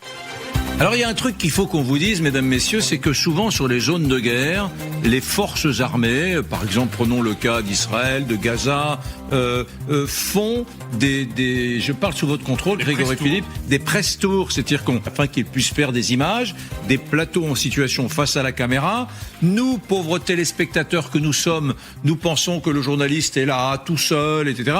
En réalité, tout cela est, que ce soit Israël, le Hezbollah fait la même chose également avec les journalistes de la presse occidentale, et il les amène sur site et parfois interviewés, voici, etc. Et donc, on essaie toujours de press tour, c'est ça, hein? Oui, notamment dans des zones qui sont inaccessibles si vous n'êtes pas accompagné par l'autorité. Alors vous citiez le Hezbollah, par exemple, pour aller dans certains quartiers de Beyrouth Sud ou au sud Liban, si vous n'êtes pas accompagné par plusieurs conflits, l'armée israélienne vous facilite les bonnes victimes qui acceptent de témoigner, etc. Et dans toutes les guerres, c'est pareil. Ouais. En Ukraine, pour avoir accès à certaines zones du front, il faut être accompagné par l'armée. Pourquoi avec des visites, des lieux où l'armée américaine a perdu soit du matériel, soit des hommes, comme ici sur cette vidéo tournée et diffusée à la télévision d'État, vous allez la voir apparaître. L'armée américaine avait été contrainte d'abattre l'un de ses avions lors de la fameuse Ricain. Les journalistes que vous voyez à l'antenne, expliquent que cette carcasse d'avion, bien finalement c'est le symbole de la résistance et du courage iranien. Elle montre évidemment la puissance de l'armée iranienne. Tout cela, c'est de la propagande, bien évidemment, mais cela dit beaucoup de la manière dont Téhéran met en scène sa puissance. Donc vous avez des journalistes, alors iraniens ou étrangers, j'arrive pas à bien voir sur ces images, qui sont conviés à filmer effectivement ces prises de guerre iraniennes avec ces avions américains. On est dans de la communication. Alors là, évidemment, vous êtes dans un pays, une dictature, l'Iran, qui organise ça. Vous acceptez d'être emmené sur un lieu, etc. Et à vous, après, de prendre la distance nécessaire, d'aller chercher d'autres témoins, etc. Donc parfois, c'est encadré et vous arrivez à sortir un peu du cadre. Je pense qu'en Iran, c'est très encadré. Vous sortez pas du tout du cadre. Alors, là où c'est près des carcasses de ces avions américains qui ont atterri pour sauver, récupérer cet aviateur qui avait été abattu, j'imagine que là, il y a un récit qui est quasiment révisionniste, Richard Verly, parce qu'on se souvient déjà que les Iraniens avaient dit c'est nous qui les avons abattus pratiquement en vol. Voilà, donc véritable de cette opération. C'est très probable. Évidemment, ils vont utiliser ce type de voyage de presse pour poursuivre ce récit. Ce qui serait important, c'est de savoir les nationalités des autres journalistes. Oui. Parce qu'il y a toute une partie du monde qui vit très très mal. Et dans cette partie du monde, je pense notamment à toute l'Asie, au fond, un naturel qu'on a dans nos pays, dans nos démocraties, par rapport, même si ça se répand, c'est-à-dire qu'à travers ce type de visite organisée, l'Iran soigne son image dans la partie du... On en est très triste, nous, parce que sur LCI, on aimerait tellement avoir un journaliste qui soit autorisé à aller à Téhéran. C'est compliqué. Ce sont des négociations que nous menons avec le patron de la chaîne, puisqu'il y a des journalistes espagnols qui viennent d'arriver sur place. Pourquoi ? Parce que l'Espagne a interdit le survol de son territoire dès le début aux forces américaines. Et donc, ça a tout de suite semblé sympathique à la République des Mollahs, qui a dit « Ok, vous pouvez, etc. » Bon, ben alors, à tous les médias espagnols qui ont été invités. En fait, ils choisissent aussi en fonction du pays. Par exemple, CNN a eu assez rapidement après le début de la guerre un visa de 5 jours, et c'était clairement pour parler au grand public américain et presque directement à Trump. Et ces derniers jours, vous aviez la BBC, Lise Doucet, qui est une formidable grand reporter, qui a eu un visa de quelques jours. Donc à chaque fois à Téhéran, mais on passe nos semaines à réclamer des visas de presse pour pouvoir aller envoyer des journalistes de LCI sur place. Pour l'instant, c'est refusé, mais on espère que ça va se débloquer. Alors, choix des images, vous le disiez, Grégory, choix des journalistes, choix aussi des séquences. Regardez cette autre image diffusée à la télévision d'État, cette fois dans le détroit d'Ormuz. Une nouvelle fois, l'Iran diffuse des images à l'intérieur d'un navire saisi par les paquebots grecs. Et encore une fois, ces images, elles ont été diffusées à la télévision d'État avec un journaliste chargé de diffuser le discours officiel qui est celui-ci. L'armée iranienne, la marine iranienne est plus puissante que Donald Trump. Preuve en est ce nouvel...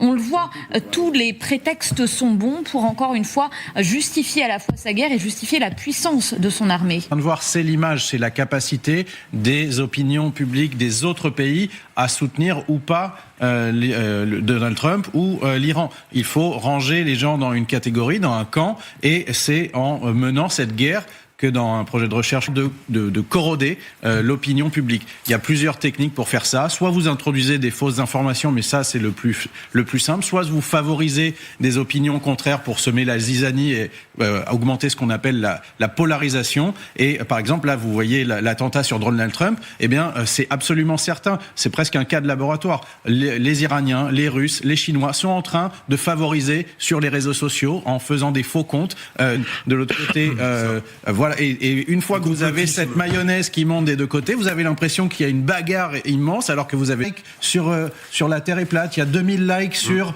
c'est peut-être un complot. C'est peut-être que finalement il y a quelque chose. Donc c'est vraiment le champ de bataille principal, et il faut faire vraiment extrêmement attention au cadrage et la manière dont on relaie.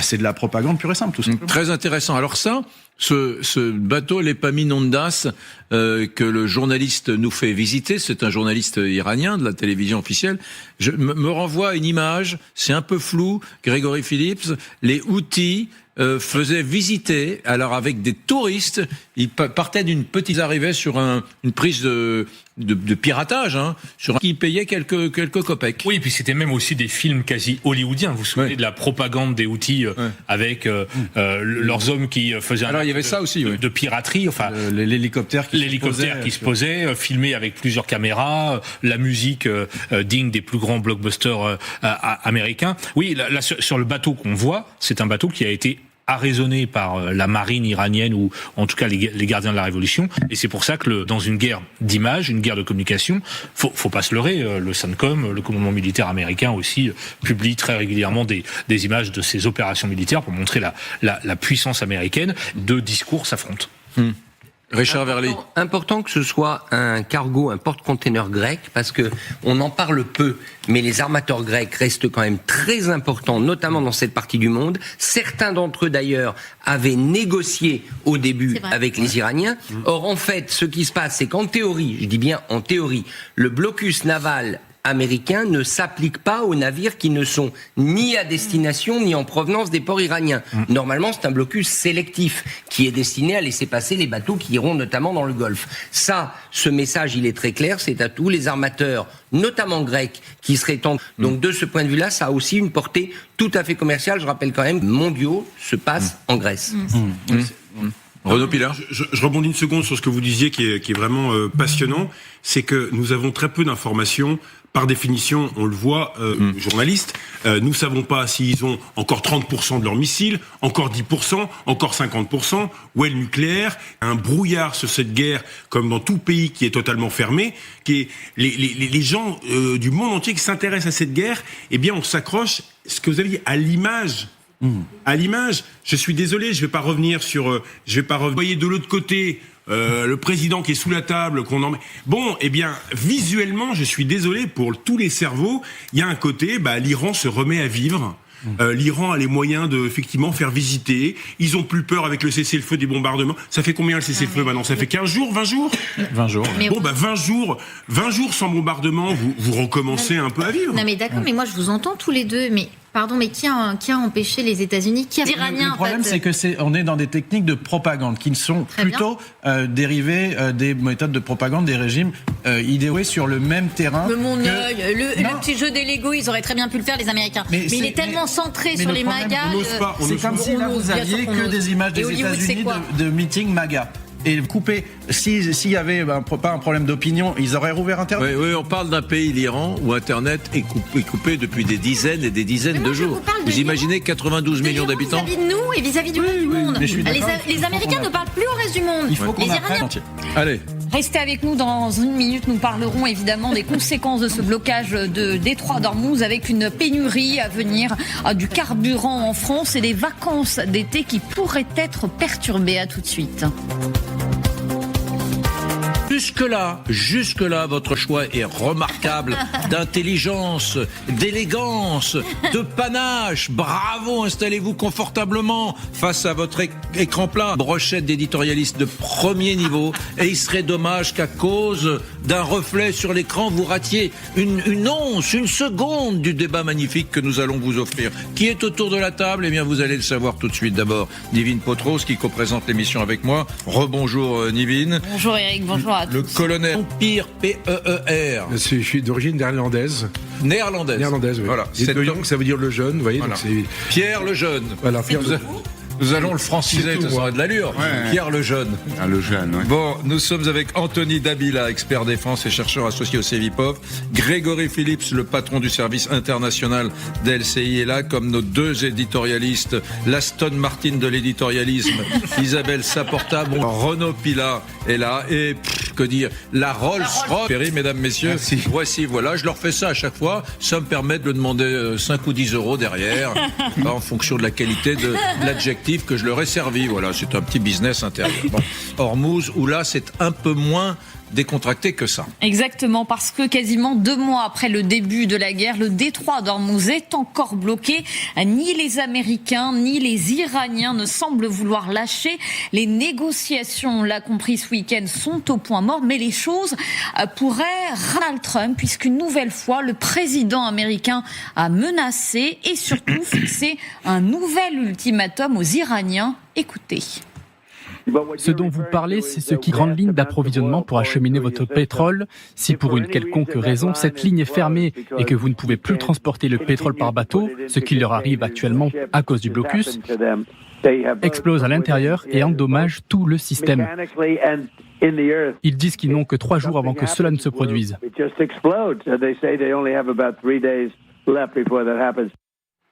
Bon, Pierre de Jong, est-ce qu'il est crédible, Donald Trump, quand il menace à nouveau? Qu'est-ce qu'il peut faire? Est-ce qu'il peut relancer? Vous en pensez? Est-ce que... Je me méfie toujours de l'afflux de vocabulaire. Ouais. C'est comme le candidat de Mozart qui disait qu'il y avait trop de notes sur ses partitions. Sur ses partitions. Ouais. C'est un peu la même chose. Là, il y a un peu trop de notes pour que ce soit crédible. En fait, il y a des options qui sont présentées au chef de l'État régulièrement. J'imagine chaque demi-journée actuellement, ou en tout cas chaque journée, chez les intérêts économiques, option 2, qui vise à toucher des bateaux comme ci, comme ça, etc. Donc il y a toute une série d'options. Et donc en fait, il en a retenu une, pipeline, qui me paraît toujours un peu délicat. Rappelons-nous, en mer Baltique, la séquence pipeline n'avait pas été très glorieuse, parce qu'en fait, c'est ça que je dis. Aujourd'hui, le problème, j'ai l'impression qu'il cherche une voie de sortie. Dans le même temps, j'entends que beaucoup de pétroliers, c'est ce que dit Patrick Pouyanné, mais beaucoup de pétroliers qui ont pris conscience de la fragilité de ce point qu'est le détroit d'Ormuz pour l'économie mondiale, sont en train de penser les choses, ce petit détroit. Alors, demain, c'est dans longtemps, mais on va réfléchir à des pipelines, on va réfléchir à d'autres solutions de transport du pétrole. Oui, et d'une certaine manière, le blocage que l'Iran ne pourra réellement utiliser qu'une fois. Pourquoi ? Parce que, ni pétrolière, les États par lesquels transitent ces pipelines vont se dire il faut des débouchés supplémentaires pour Aujourd'hui, ils sont en train de réfléchir à comment il pourrait y avoir, un peu comme pour l'Arabie Saoudite, Yanbu numéro 2, 3, 4, 5, avec des points qui seraient libres de toute pression, de toute instrumentalisation. Vous voyez la péninsule arabique, c'est un quadrilatère. Il y a un débouché sur l'océan, ça coûte un peu, mais beaucoup moins que ce que la crise est en train de coûter aujourd'hui, sauf qu'on peut pas le faire pendant la crise. Donc là, il faut anticiper la prochaine crise, et la prochaine fois, il y aura du pétrole qui sort peut-être jusqu'en Méditerranée. Et reprise, pas question de céder le détroit d'Ormuz. Écoutez à ce sujet Ebrahim Azizi, c'est le président du comité de sécurité nationale et de politique étrangère du Parlement iranien, et lui aussi a commenté la situation dans le détroit d'Ormuz. Il n'y a aucune intention de négocier avec les Américains. Il n'y a pas eu d'intention de négocier. Bon, alors là, on a le sentiment que qui se passe à l'intérieur du pays, parce que on a son temps complexe, que la planète tout entière est dans franchement, on se roule par terre parce que les gens ont peur. On va en parler dans un instant, de voir le prix de l'essence augmenter de temps long. Et ils en profitent, ils se frottent les mains et ils disent vous voulez. Oui, avec le ministre Arakchi, le ministre des Affaires étrangères, il était au Pakistan hier, à Oman. On a vu que les négociations à Islamabad n'ont pas eu lieu avec les Américains. Vous avez quand même une scène qui est quand même un peu humiliante pour l'administration américaine, c'est qu'il y avait Vance qui était dans les starting blocks, qui attendait de savoir est-ce que j'y vais pas, pendant que les Iraniens étaient présents là-bas, et finalement Trump a dit c'est pas la peine, il n'y a pas de point de négociation. Oui, ils ont le temps. C'est vrai. Ils ont, comme je le disais tout à l'heure, ils n'ont pas d'échéance électorale. Les dirigeants de la République islamique se fichent de ce que peut penser la population, tandis que Trump, lui, a une échéance électorale qui arrive, la pression des sondages, la pression de l'automobiliste américain. Donc vous voyez, on est véritablement sur deux temporalités extrêmement différentes, et c'est un peu ce qu'on redoutait de Trump, c'est que les Iraniens ont une capacité de résilience, de résister à l'administration. Est-ce que Trump va relancer la guerre ? C'est une bonne question. Il en a sont restés plus ou moins dans la région, donc à tout moment il peut réappuyer sur le bouton. Il y a cette date fatidique des 60 jours dont on parlait, Isabelle, qui tombe en fait le 1er mai, parce qu'il a informé, la guerre a été déclenchée le 28 février, il a informé le Congrès 2 jours plus tard. Vous comptez, on est censé aller voir le Congrès pour dire Est-ce qu'on arrête? Est-ce qu'on poursuit? Est-ce qu'il arrive d'abord quelque chose? Moi, j'ai une question pour vous, Grégory Phillips. Il y a aussi un pays dont on ne parle pas tellement, là, c'est la Chine. Il doit, normalement, s'y repousser le 14 mai. On est d'accord. Est-ce que vous pensez vraiment que, Donald Trump peut se permettre de s'antagoniser encore avec la Chine et aussi enquiquiner la Chine comme elle l'enquiquine, parce que d'accord, la Chine a électrifié, d'accord, ils ont des réserves d'avance, d'accord, tout ça. Mais enfin là, la Chine va rentrer dans le game, si je puis me permettre, enfin, elle y est déjà, et siffler la fin d'un récré. Non, je pense qu'avant, pour les Américains et pour les Chinois, que le problème soit réglé. Ouais, il ne peut pas débarquer à Pékin dans cette situation de conflictualité, notamment autour du détroit d'Ormuz, où les Chinois sont concernés au premier chef. Donc est-ce que l'autre échéance, c'est le 14 mai, en disant il faut que le détroit soit débloqué avant ma visite officielle à Pékin, c'est une possibilité. Mais pour répondre à votre question, Eric, franchement, moi je ne vois pas pour l'instant comment Trump peut sortir du piège dans lequel il s'est enfermé. Reprendre la guerre. Mais reprendre la guerre pour frapper quoi? Il y a eu 13 000 bâtiments militaires, des bâtiments de munitions, tout ce qui était infrastructure militaire. Tout ça a été fait. J'imagine que quand ils se sont arrêtés, ils se sont pas dit il nous reste 30 ou 40% de marge. Ils ont fait ce qui était possible en termes militaires. Si sur civil. Bon, mais ça va pas faire tomber le régime. Les infrastructures civiles, ça va pas changer leur désir de négociation. Je ne vois pas pourquoi ils reprendraient la guerre. Moi, je suis pas Madame Irma, mais je vois une solution une fois de plus. Ça va être financièrement. Effectivement, si c'est 15 jours, 3 semaines, un mois, Trump va devoir, pardonnez-moi, baisser sa culotte très fortement, obtenir un accord beaucoup plus bas que prévu avec l'Iran. Il mentira à son électorat MAGA en disant j'ai gagné, qui est moins bon que celui de 2015 sur le traité de non-prolifération nucléaire de la destruction. Mais quand même, pourquoi reprendre les frappes? Ça sert à rien. Chaque jour avec on a beaucoup de mal à l'estimer. Ce blocus. Je pense que l'Iran a des réserves.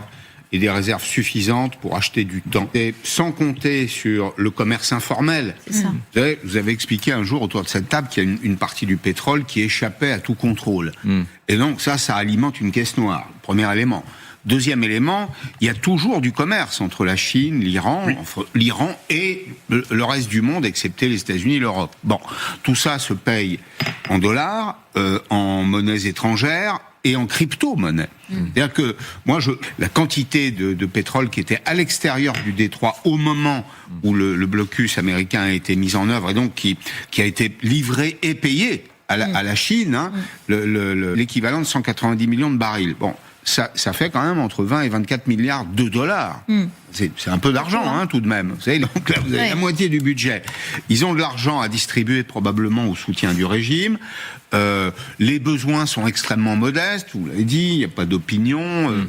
C'est une société qui est une société fermée aujourd'hui, donc qui est résiliente par la force des choses.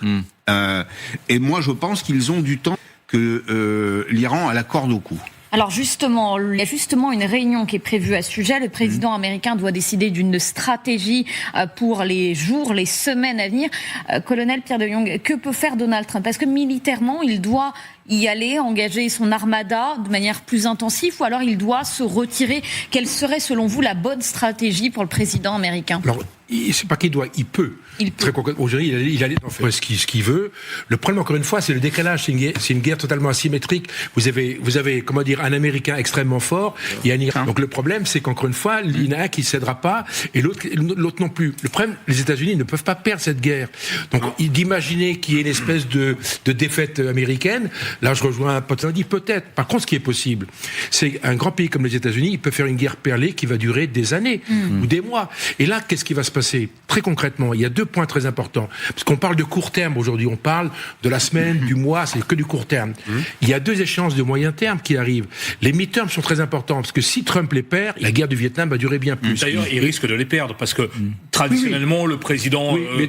Mais tant qu'il y a le point d'interrogation, il ne peut pas se permettre. À partir d'une défaite au midterm, il dira, bon, écoutez, les vins sont ouverts. Faire ce qu'il veut, c'est-à-dire continuer à avoir un blocus d'Ormuz? Oui, et nous, on va vivre comment? Non, mais c'était ma conclusion.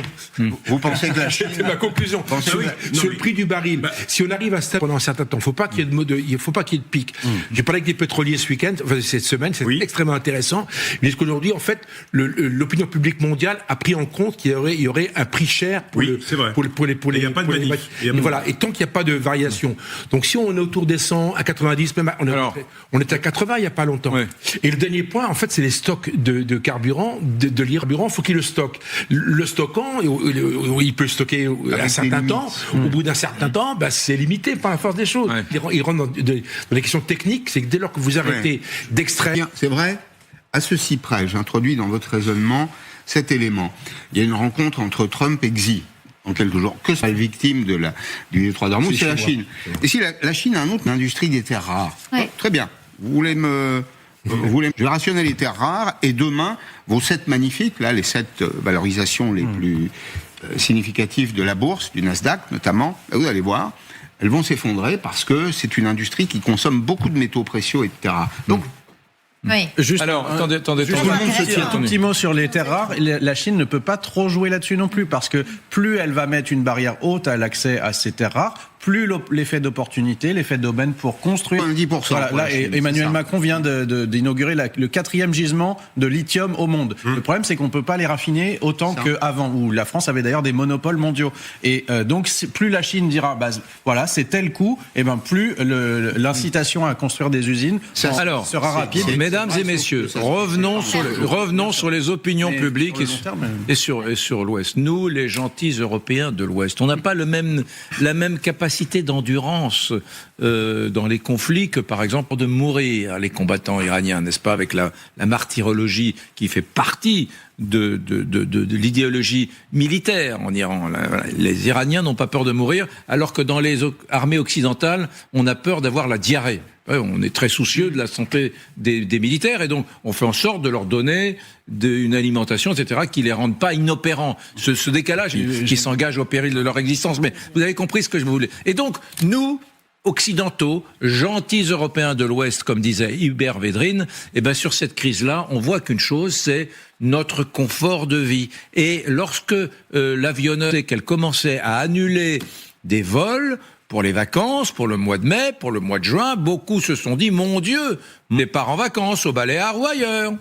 Exactement, parce que la conséquence très concrète de ce détroit d'Ormuz encore bloqué, c'est les vacances des Français peut-être menacées, avec Transavia qui a décidé d'annuler 2% de ses vols prévus pour le mois de mai et de juin. La raison invoquée, c'est tout simplement l'augmentation du prix des kérosènes. Alors pour l'instant, je veux dire, d'une première étape, Pascal Perry, est-ce que les prochaines semaines, les prochains mois à venir, pourraient être synonymes de paix pour les Français ? Alors moi, je ne crois pas vraiment dans ce scénario. Alors, avec le dirigeant de l'UFIP, l'Union des industries pétrolières en France, qui m'assure que l'approvisionnement est garanti pour tout le mois de mai, et que, puisqu'on est sur des stocks roulants, pour juin et pour juillet, on va trouver des solutions. C'est-à-dire qu'il y a des solutions alternatives d'approvisionnement.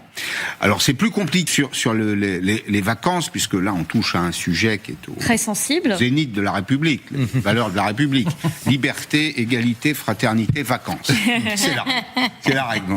Vous pourrez faire marcher les bagnoles cet été. Oui, mais Pascal, on l'a vu ces dernières semaines, les Français ont du mal à faire le plein. Lorsqu'ils veulent réserver des billets d'avion, les prix ont augmenté parce que beaucoup de compagnies ont appliqué des majorations. Est-ce qu'à la fin, c'est le consommateur français qui... Si quelqu'un avait un doute à ce sujet, on le lève de façon définitive aujourd'hui. C'est toujours le consommateur final qui paye, puisque en réalité, il s'agit d'une inflation en cascade. Le coût de production augmente parce que le coût carburant a augmenté. Alors j'ai regardé,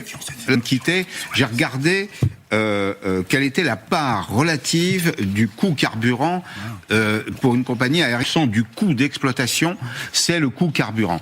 Et donc c'est un 10% sur ces 50%, ça se voit tout de suite. Et le consommateur finit par le payer. Donc il y a aujourd'hui un raffinage extérieur. On s'en est débarrassé parce qu'on considérait que c'était très polluant, mais on le confie à d'autres pays, à des pays tiers, on l'importe. Et donc là on est dépendant.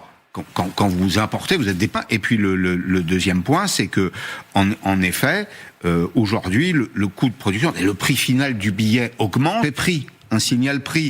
Il y a une relation entre le volume de la demande baisse, et donc c'est un effet qui est un effet ciseau pour les compagnies et pour les consommateurs, un signal d'inflation additionnelle.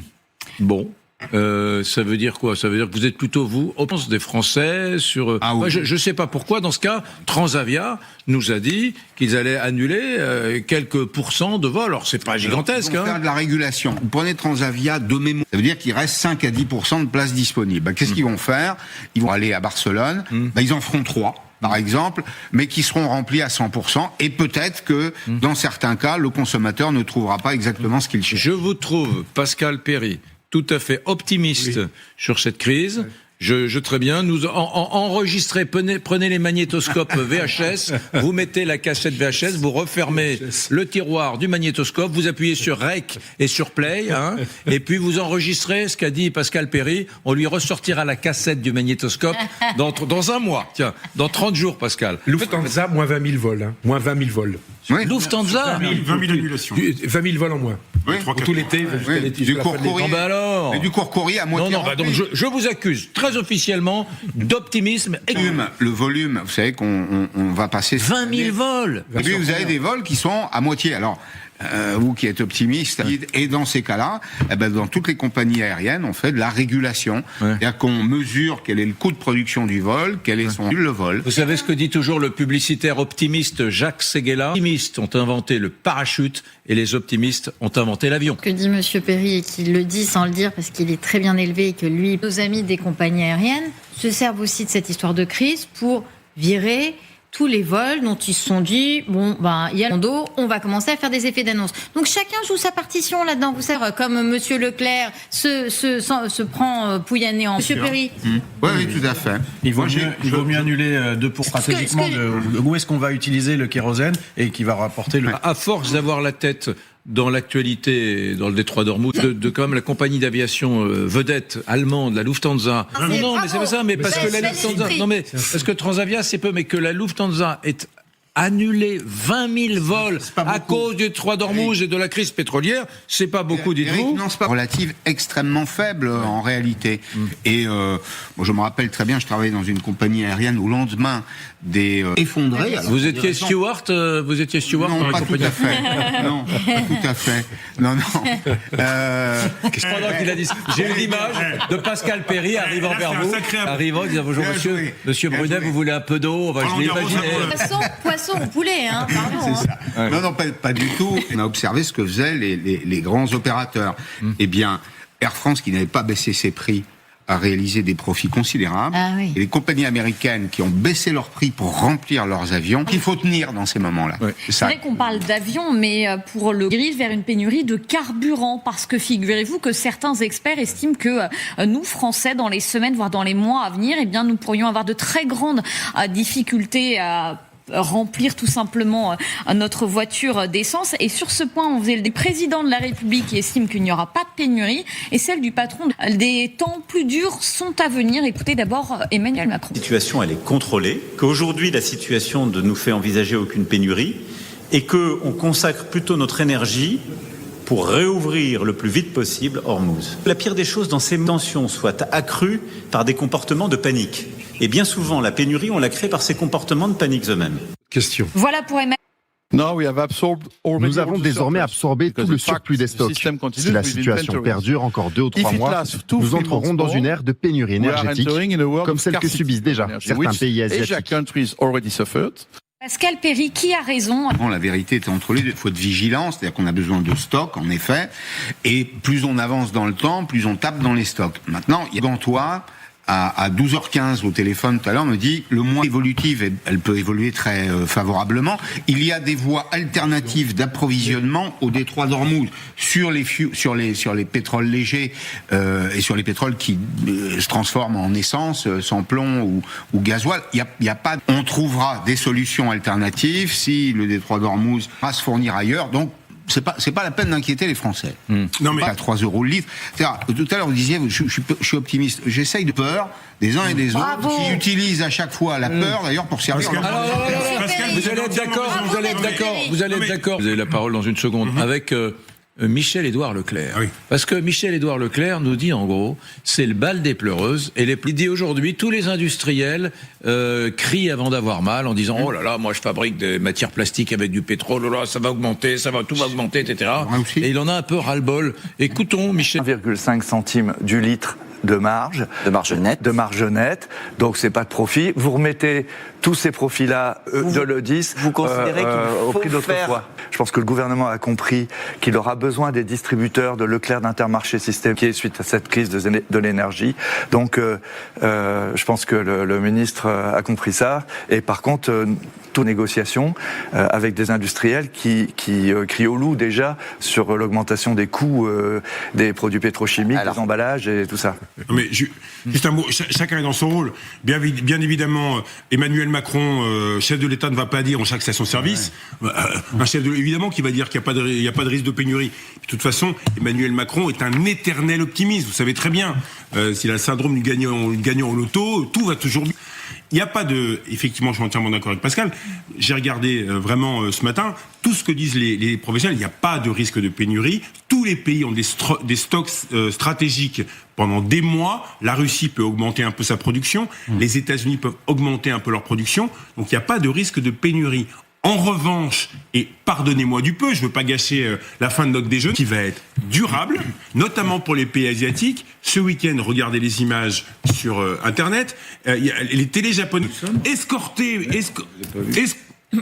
Escorté. On va aller voir ces images. Regardez là, voilà, c'est ce que vous décrivez à l'instant, Renaud. C'est incroyable. C'est donc ce pétrolier qui arrive au Japon, édition spéciale, comme si c'était un événement majeur, quelque chose de rarissime, pourtant très banal il y a encore quelques semaines.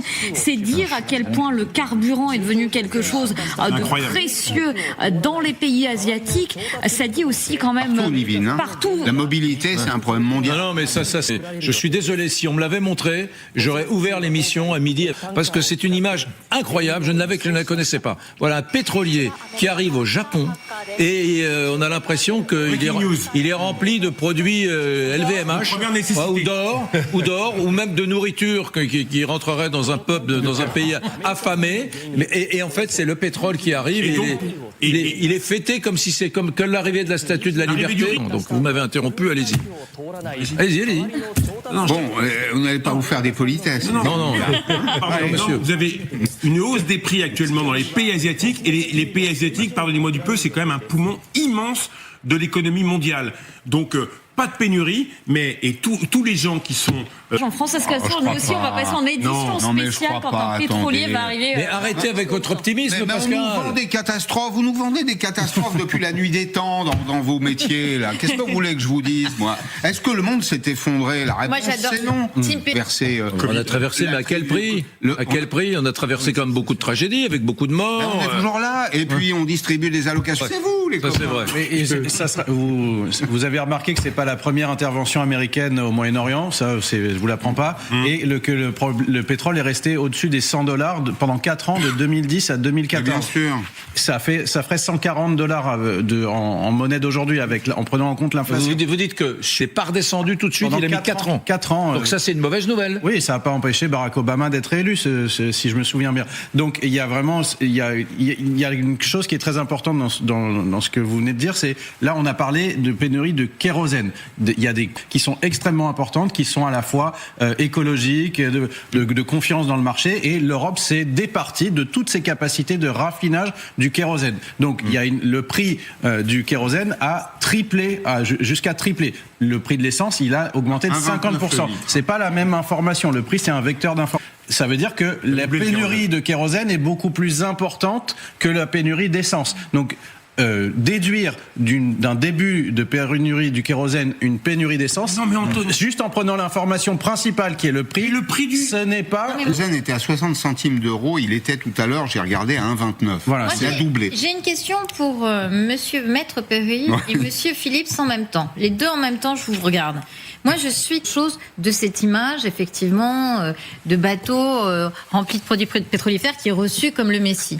Est-ce que ça veut dire, parce que c'est le Japon, est-ce que ça veut dire que toute l'Asie va basculer du côté de la Chine, ou le Japon, qui entretenait des bonnes relations avec les États-Unis, va continuer? Parce que si vraiment le Japon en est là, c'est que font les États-Unis. Comment vous voyez les choses sur l'avenir et sur le rééquilibrage géostratégique économique là-bas? Trop dépendant. Ça, c'est le archipel des îles. Non, mais ça change tout. Ça change beaucoup de choses. Il y a plus de nucléaire. Il y a plus de contact. Alors, il y a encore un peu de nucléaire, mais effectivement, il y a eu Fukushima. Il y a eu Fukushima. Qui se passe aujourd'hui est une formidable opportunité pour les constructeurs automobiles chinois dans leur jardin. D'accord. En Asie du Sud-Est notamment.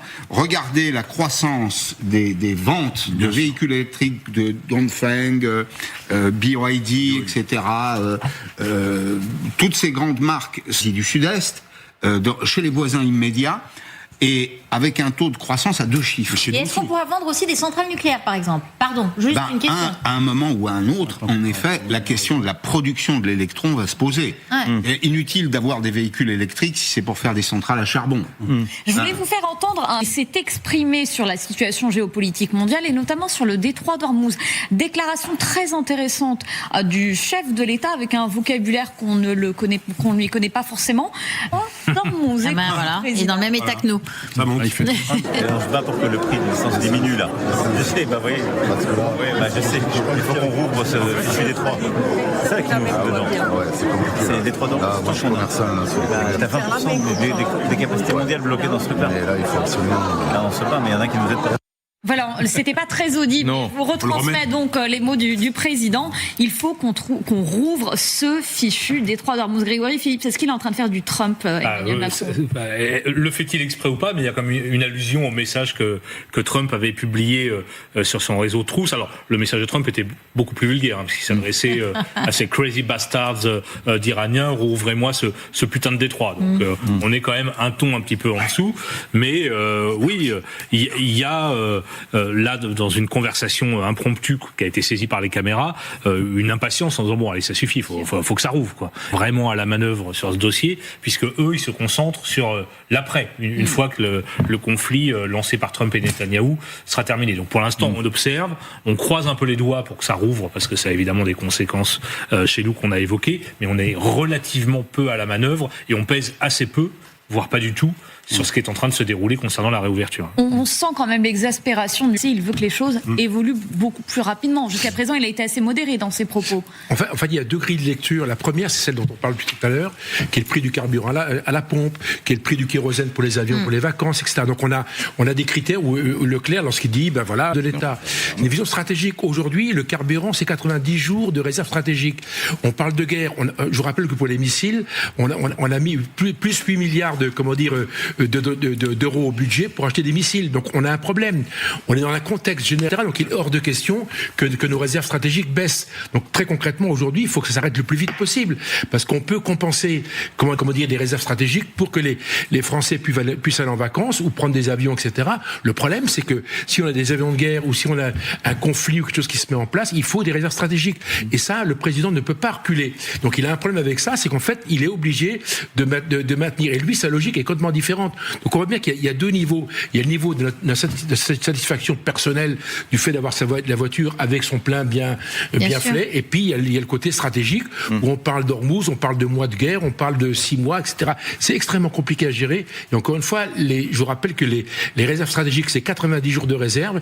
Théoriquement, on ne peut pas descendre en deçà. Alors les amis, colonel, vous allez être intéressés par ce sujet, parce que nous découvrons maintenant que sur l'année 2025, les dépenses militaires, les dépenses en armement dans le monde atteignent un niveau record. Je dirais, on s'en doutait un peu compte tenu des conflits qu'il y a, plusieurs dizaines de conflits en même temps. 60.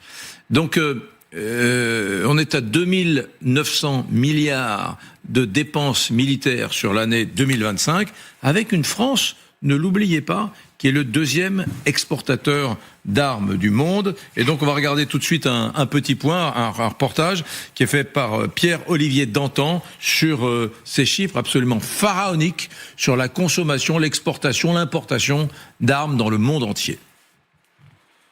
Une course à l'armement dans un contexte géopolitique particulièrement instable. Avec pas moins de 60 conflits en cours à l'international, les pays du monde entier accélèrent. En 2025, les dépenses militaires mondiales ont atteint un nouveau sommet, 2 900 milliards de dollars, En haut, en sécurité et dépense davantage pour ses forces armées afin de faire face au contexte mondial. En tête de ce classement des dépenses militaires, les États-Unis, la Chine et la Russie, qui cumulent à eux trois la moitié des dépenses mondiales en 2025. Mais c'est en Europe que la hausse est la plus significative, plus 14% par rapport à 2024. Cela s'explique par deux facteurs majeurs. L'un est la guerre en cours en Ukraine et l'autre est le désengagement des États-Unis vis-à-vis de l'Europe. L'Ukraine a elle augmenté ses dépenses militaires de 20% l'an dernier. Elle représentait 40% du PIB du pays. Anthony Daliba, on l'a vu, ce sont les années et les années de désinvestissement parce que notre armée, il faut bien rattraper des années de retard sur l'armée américaine, par exemple. Cette proportion, il y a un tiers, voire 40% qui est la dépense américaine. Plus de 1100 milliards de dollars pour les États-Unis. C'est considérable et l'Europe a vécu sur la garantie de sécurité parce qu'on avait une politique de défense assez conséquente, mais vous prenez tout un tas de pays, ils avaient presque 2 fois moins de dépenses de défense. Alors maintenant, l'Europe réarme pour les facteurs que vous avez dit, la guerre en Ukraine, le désengagement américain, mais le grand problème, c'est qu'elle réarme en achetant américain. Il y avait les augmentations sont considérables, mais la part des armements américains depuis le début de la guerre d'Ukraine est passée de 45 à 55%. Donc chez nous, pour toute l'Europe. Pour toute l'Europe, ça veut dire que l'Amérique inonde l'Europe de ses armes. En France, on le voit pas trop parce qu'on commande pas trop américain. On a quand même quelques dispositifs, mais le résultat, c'est que les importations en volume, en valeur totale américaine ont triplé. Complètement sur sur la période 2022-2026 et c'est vraiment un grand problème. S'en dégage, si vous voulez, idéologiquement en rejetant le Trumpisme, dépend des États-Unis et pour son armement, l'Europe dépense énormément. Et si vous enlevez la part de la France, qui est assez considérable, et des petits pays ne font qu'acheter américain. Est-ce qu'ils ont le choix d'ailleurs? Est-ce qu'ils pourraient vous savez, la commande publique des ministères, ils achètent toujours des produits étrangers. Oui, si vous avez besoin d'acheter des ordinateurs ou des écrans dans un ministère, vous avez très peu de solutions françaises. Donc vous êtes un peu contraint d'acheter des solutions chinoises, japonaises, américaines. La question, c'est la même pour les armements. Est-ce qu'on aurait le choix ou est-ce que, au contraire, les Américains, si vous voulez, ont littéralement forcé les Européens à acheter. Vous avez vu que là, on fait un prêt de 90 milliards. J'imagine que sur les 90 milliards, on peut imaginer que 10 ou 20 milliards vont être consacrés à des ventes d'armes. Et ils vont acheter américains. Donc, voyez, les Européens vont financer des ventes d'armes, des achats d'armes des Ukrainiens auprès des Américains, les Russes et les Chinois, qui dominent le marché, globalement. Et puis, vous avez toute une série de marchés inférieurs, les Turcs, les Pakistanais, qui sont dans le marché et en fait, qui fournissent au marché. Concrètement, vous achetez un blindé français qui va valoir 100, vous l'achetez au Brésil ou en Turquie, il vaudra 50 ou 60. Donc vous avez un marché de l'occasion. Non, pas de neuf, mais c'est moins cher à cause des coûts de production, etc. Donc vous avez un marché qui s'est libéralisé et qui est extrêmement productif. Donc ça c'est le deuxième point. Troisième point, c'est les besoins. Aujourd'hui, on voit bien que les armées européennes, qui sont les pays les plus riches au monde, aujourd'hui ils ont perçu leur propre faiblesse. Donc très concrètement, ils vont compenser. Les Allemands ont augmenté leur budget. C'est juste phénoménal. Notre budget de la défense est autour des 50 milliards, un peu plus. On va monter progressivement. On est loin du compte. Même chose pour les Polonais. Presque 4%, 4,9% du PIB final. Mais au passage, on prend des chiffres sur l'Afrique, une arme sur 2 est russe. Nous, le problème des Européens qu'on a, c'est qu'on est précis, cher. Et en Iran, vous avez un ennemi qui fait de la masse. Et là, vous tirez avec un missile à $1 million sur un Shahed qui vous sert. Et en finale, dernière phrase que je voulais absolument dire, c'est de Lord of War. Et à un moment donné, Lord of War, il dit, dans le film Lord of War, il dit à un moment donné, il y a sur 12 hommes dans le monde, il y en a un qui est armé. Et la question de Lord of War, il dit, moi ce qui m'intéresse, c'est les 11 qui n'ont pas d'armes. C'est un vrai sujet. Donc vous avez un marché extrêmement dynamique, extrêmement rapide, extrêmement vif, qui fait que c'est un marché qui est extrêmement dynamique. Alors regardez, on recevait vendredi un des représentants en Europe de la première banque du monde, qui s'appelle JP Morgan, qui est une banque américaine, qui lance un prêt de 1500 milliards de dollars pour les entreprises d'armement nord-américaines et européennes. Et il déploie ce PME de grandir. Et donc, on lui a demandé vendredi, donnez-nous des exemples. Une entreprise qui fait des trains d'atterrissage pour des hélicoptères, des avions de chasse, et qui avait un plan qui lui permettrait de doubler de taille il y a quelques années, mais qui a besoin, comme toutes, et cette société italienne, il prend cet exemple. Il y en a un, mais il y en aura des dizaines. On espère qu'il y aura beaucoup d'exemples français. Mais pourquoi les banques italiennes? Il y a des critères à Bruxelles qui font depuis une quinzaine d'années, faire des prêts très concrètement dans l'armement, même dans l'aéronautique un petit peu armée, donc on allait même relativement loin, donc c'était interdit par le système.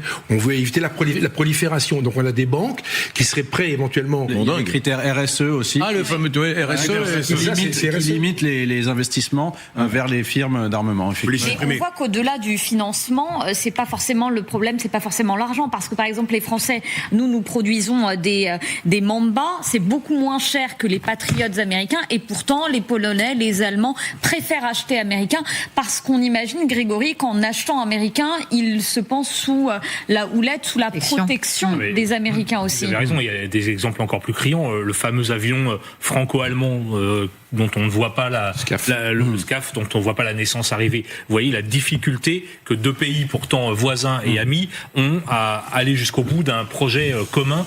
Donc c'est pas très étonnant que je sais pas, les Danois ou d'autres pays européens disent bon, de toute façon le projet d'avion européen c'est un serpent de mer, on va plutôt se retourner vers des F-35. On a aussi des difficultés tout simplement logistiques, de coopération entre deux pays. De la France qui faisait des dispositifs de refroidissement pour les moteurs de chars et d'avions, je crois, a été racheté par des Américains, simplement. Qui faisait les petits ventilateurs. Les petits ventilateurs, voilà, c'est ça. Je voudrais réécouter, je vous passe le micro tout de suite, toujours ce banquier de JP Morgan, qui va donc, je le rappelle, l'information très importante, déployer près de 1500 milliards de dollars pour des industries d'armement nord-américaines, bien sûr, mais européennes, et donc françaises, qui nous expliquait le cas, là aussi, également, d'une solution trouvée pour une société tchèque. Formidable, premier producteur mondial aujourd'hui de munitions. Il y a quelques années, on avait essayé de lever une obligation. Voilà, problème ESG, une obligation énorme, et on a fait une introduction en bourse jamais faite dans la défense. Donc la demande des marchés pour l'industrie de la défense est tout à fait considérable. C'est le point de départ. Anthony. Scénario. Soit elle développe une industrie domestique propre, mais ça va prendre beaucoup de temps, et on voit que les firmes françaises sont déjà au maximum de leur capacité. Soit elle se remet complètement à la sécurité américaine, et elle commande américain. Elle continue à faire ce qu'elle fait, et l'Europe, ses commandes avec la Corée du Sud, la Turquie, le Brésil, c'est ce que fait de liquidité en faisant ça. Et quatrième scénario, qui est vraiment à prendre en compte, c'est arrimer l'industrie de guerre ukrainienne à l'Europe, assurer que l'industrie ukrainienne, qui est aujourd'hui la seule qui est en train d'équilibrer la puissance russe, et bien on imagine que si les Ukrainiens arment les Européens dans les premières années qui suivent le conflit, ça pourrait faire ma minute faites l'amour pas la guerre. C'est une catastrophe. C'est une catastrophe ce qu'on avance. La hausse en Occident est une catastrophe. Le monde de guerre est une catastrophe. Vous savez, Sébastien Lecornu dit à ses visiteurs, on va devoir augmenter minimum jusqu'en 2030 chaque année de 7 milliards et demi, 7 milliards à 8 milliards le budget de la défense française. Eh bien, c'est autant de dépenses qui ne vont pas à l'éducation, c'est autant de dépenses qui ne vont pas au logement, c'est autant de dépenses qui ne vont pas à la santé. Ça plombe nos budgets, la hausse des dépenses militaires. Donc, malheureusement, je veux pas gâcher l'après-midi, mais pour les nouvelles générations, je suis désolé, eh bien, la guerre froide, c'était un peu mieux parce que on avait les moyens d'investir dans la recherche, dans l'éducation, dans le logement. Là, la recherche aussi. Mais bien sûr, la hausse des dépenses militaires est une catastrophe. Merci beaucoup, Renaud. Cette information qui vient de nous parvenir sur le détroit d'Ormuz, l'Iran estime que son armée devrait avoir, qui affirme également, eh bien, que le pays doit percevoir des droits de passage dans sa monnaie nationale. Guillaume Serrin et tous ses invités y reviendront bien évidemment dans quelques instants. On n'est pas sorti des ronces. Évidemment, Guillaume Serrin et ses invités y reviendront dans quelques instants dans LCI Direct. À demain les amis, midi.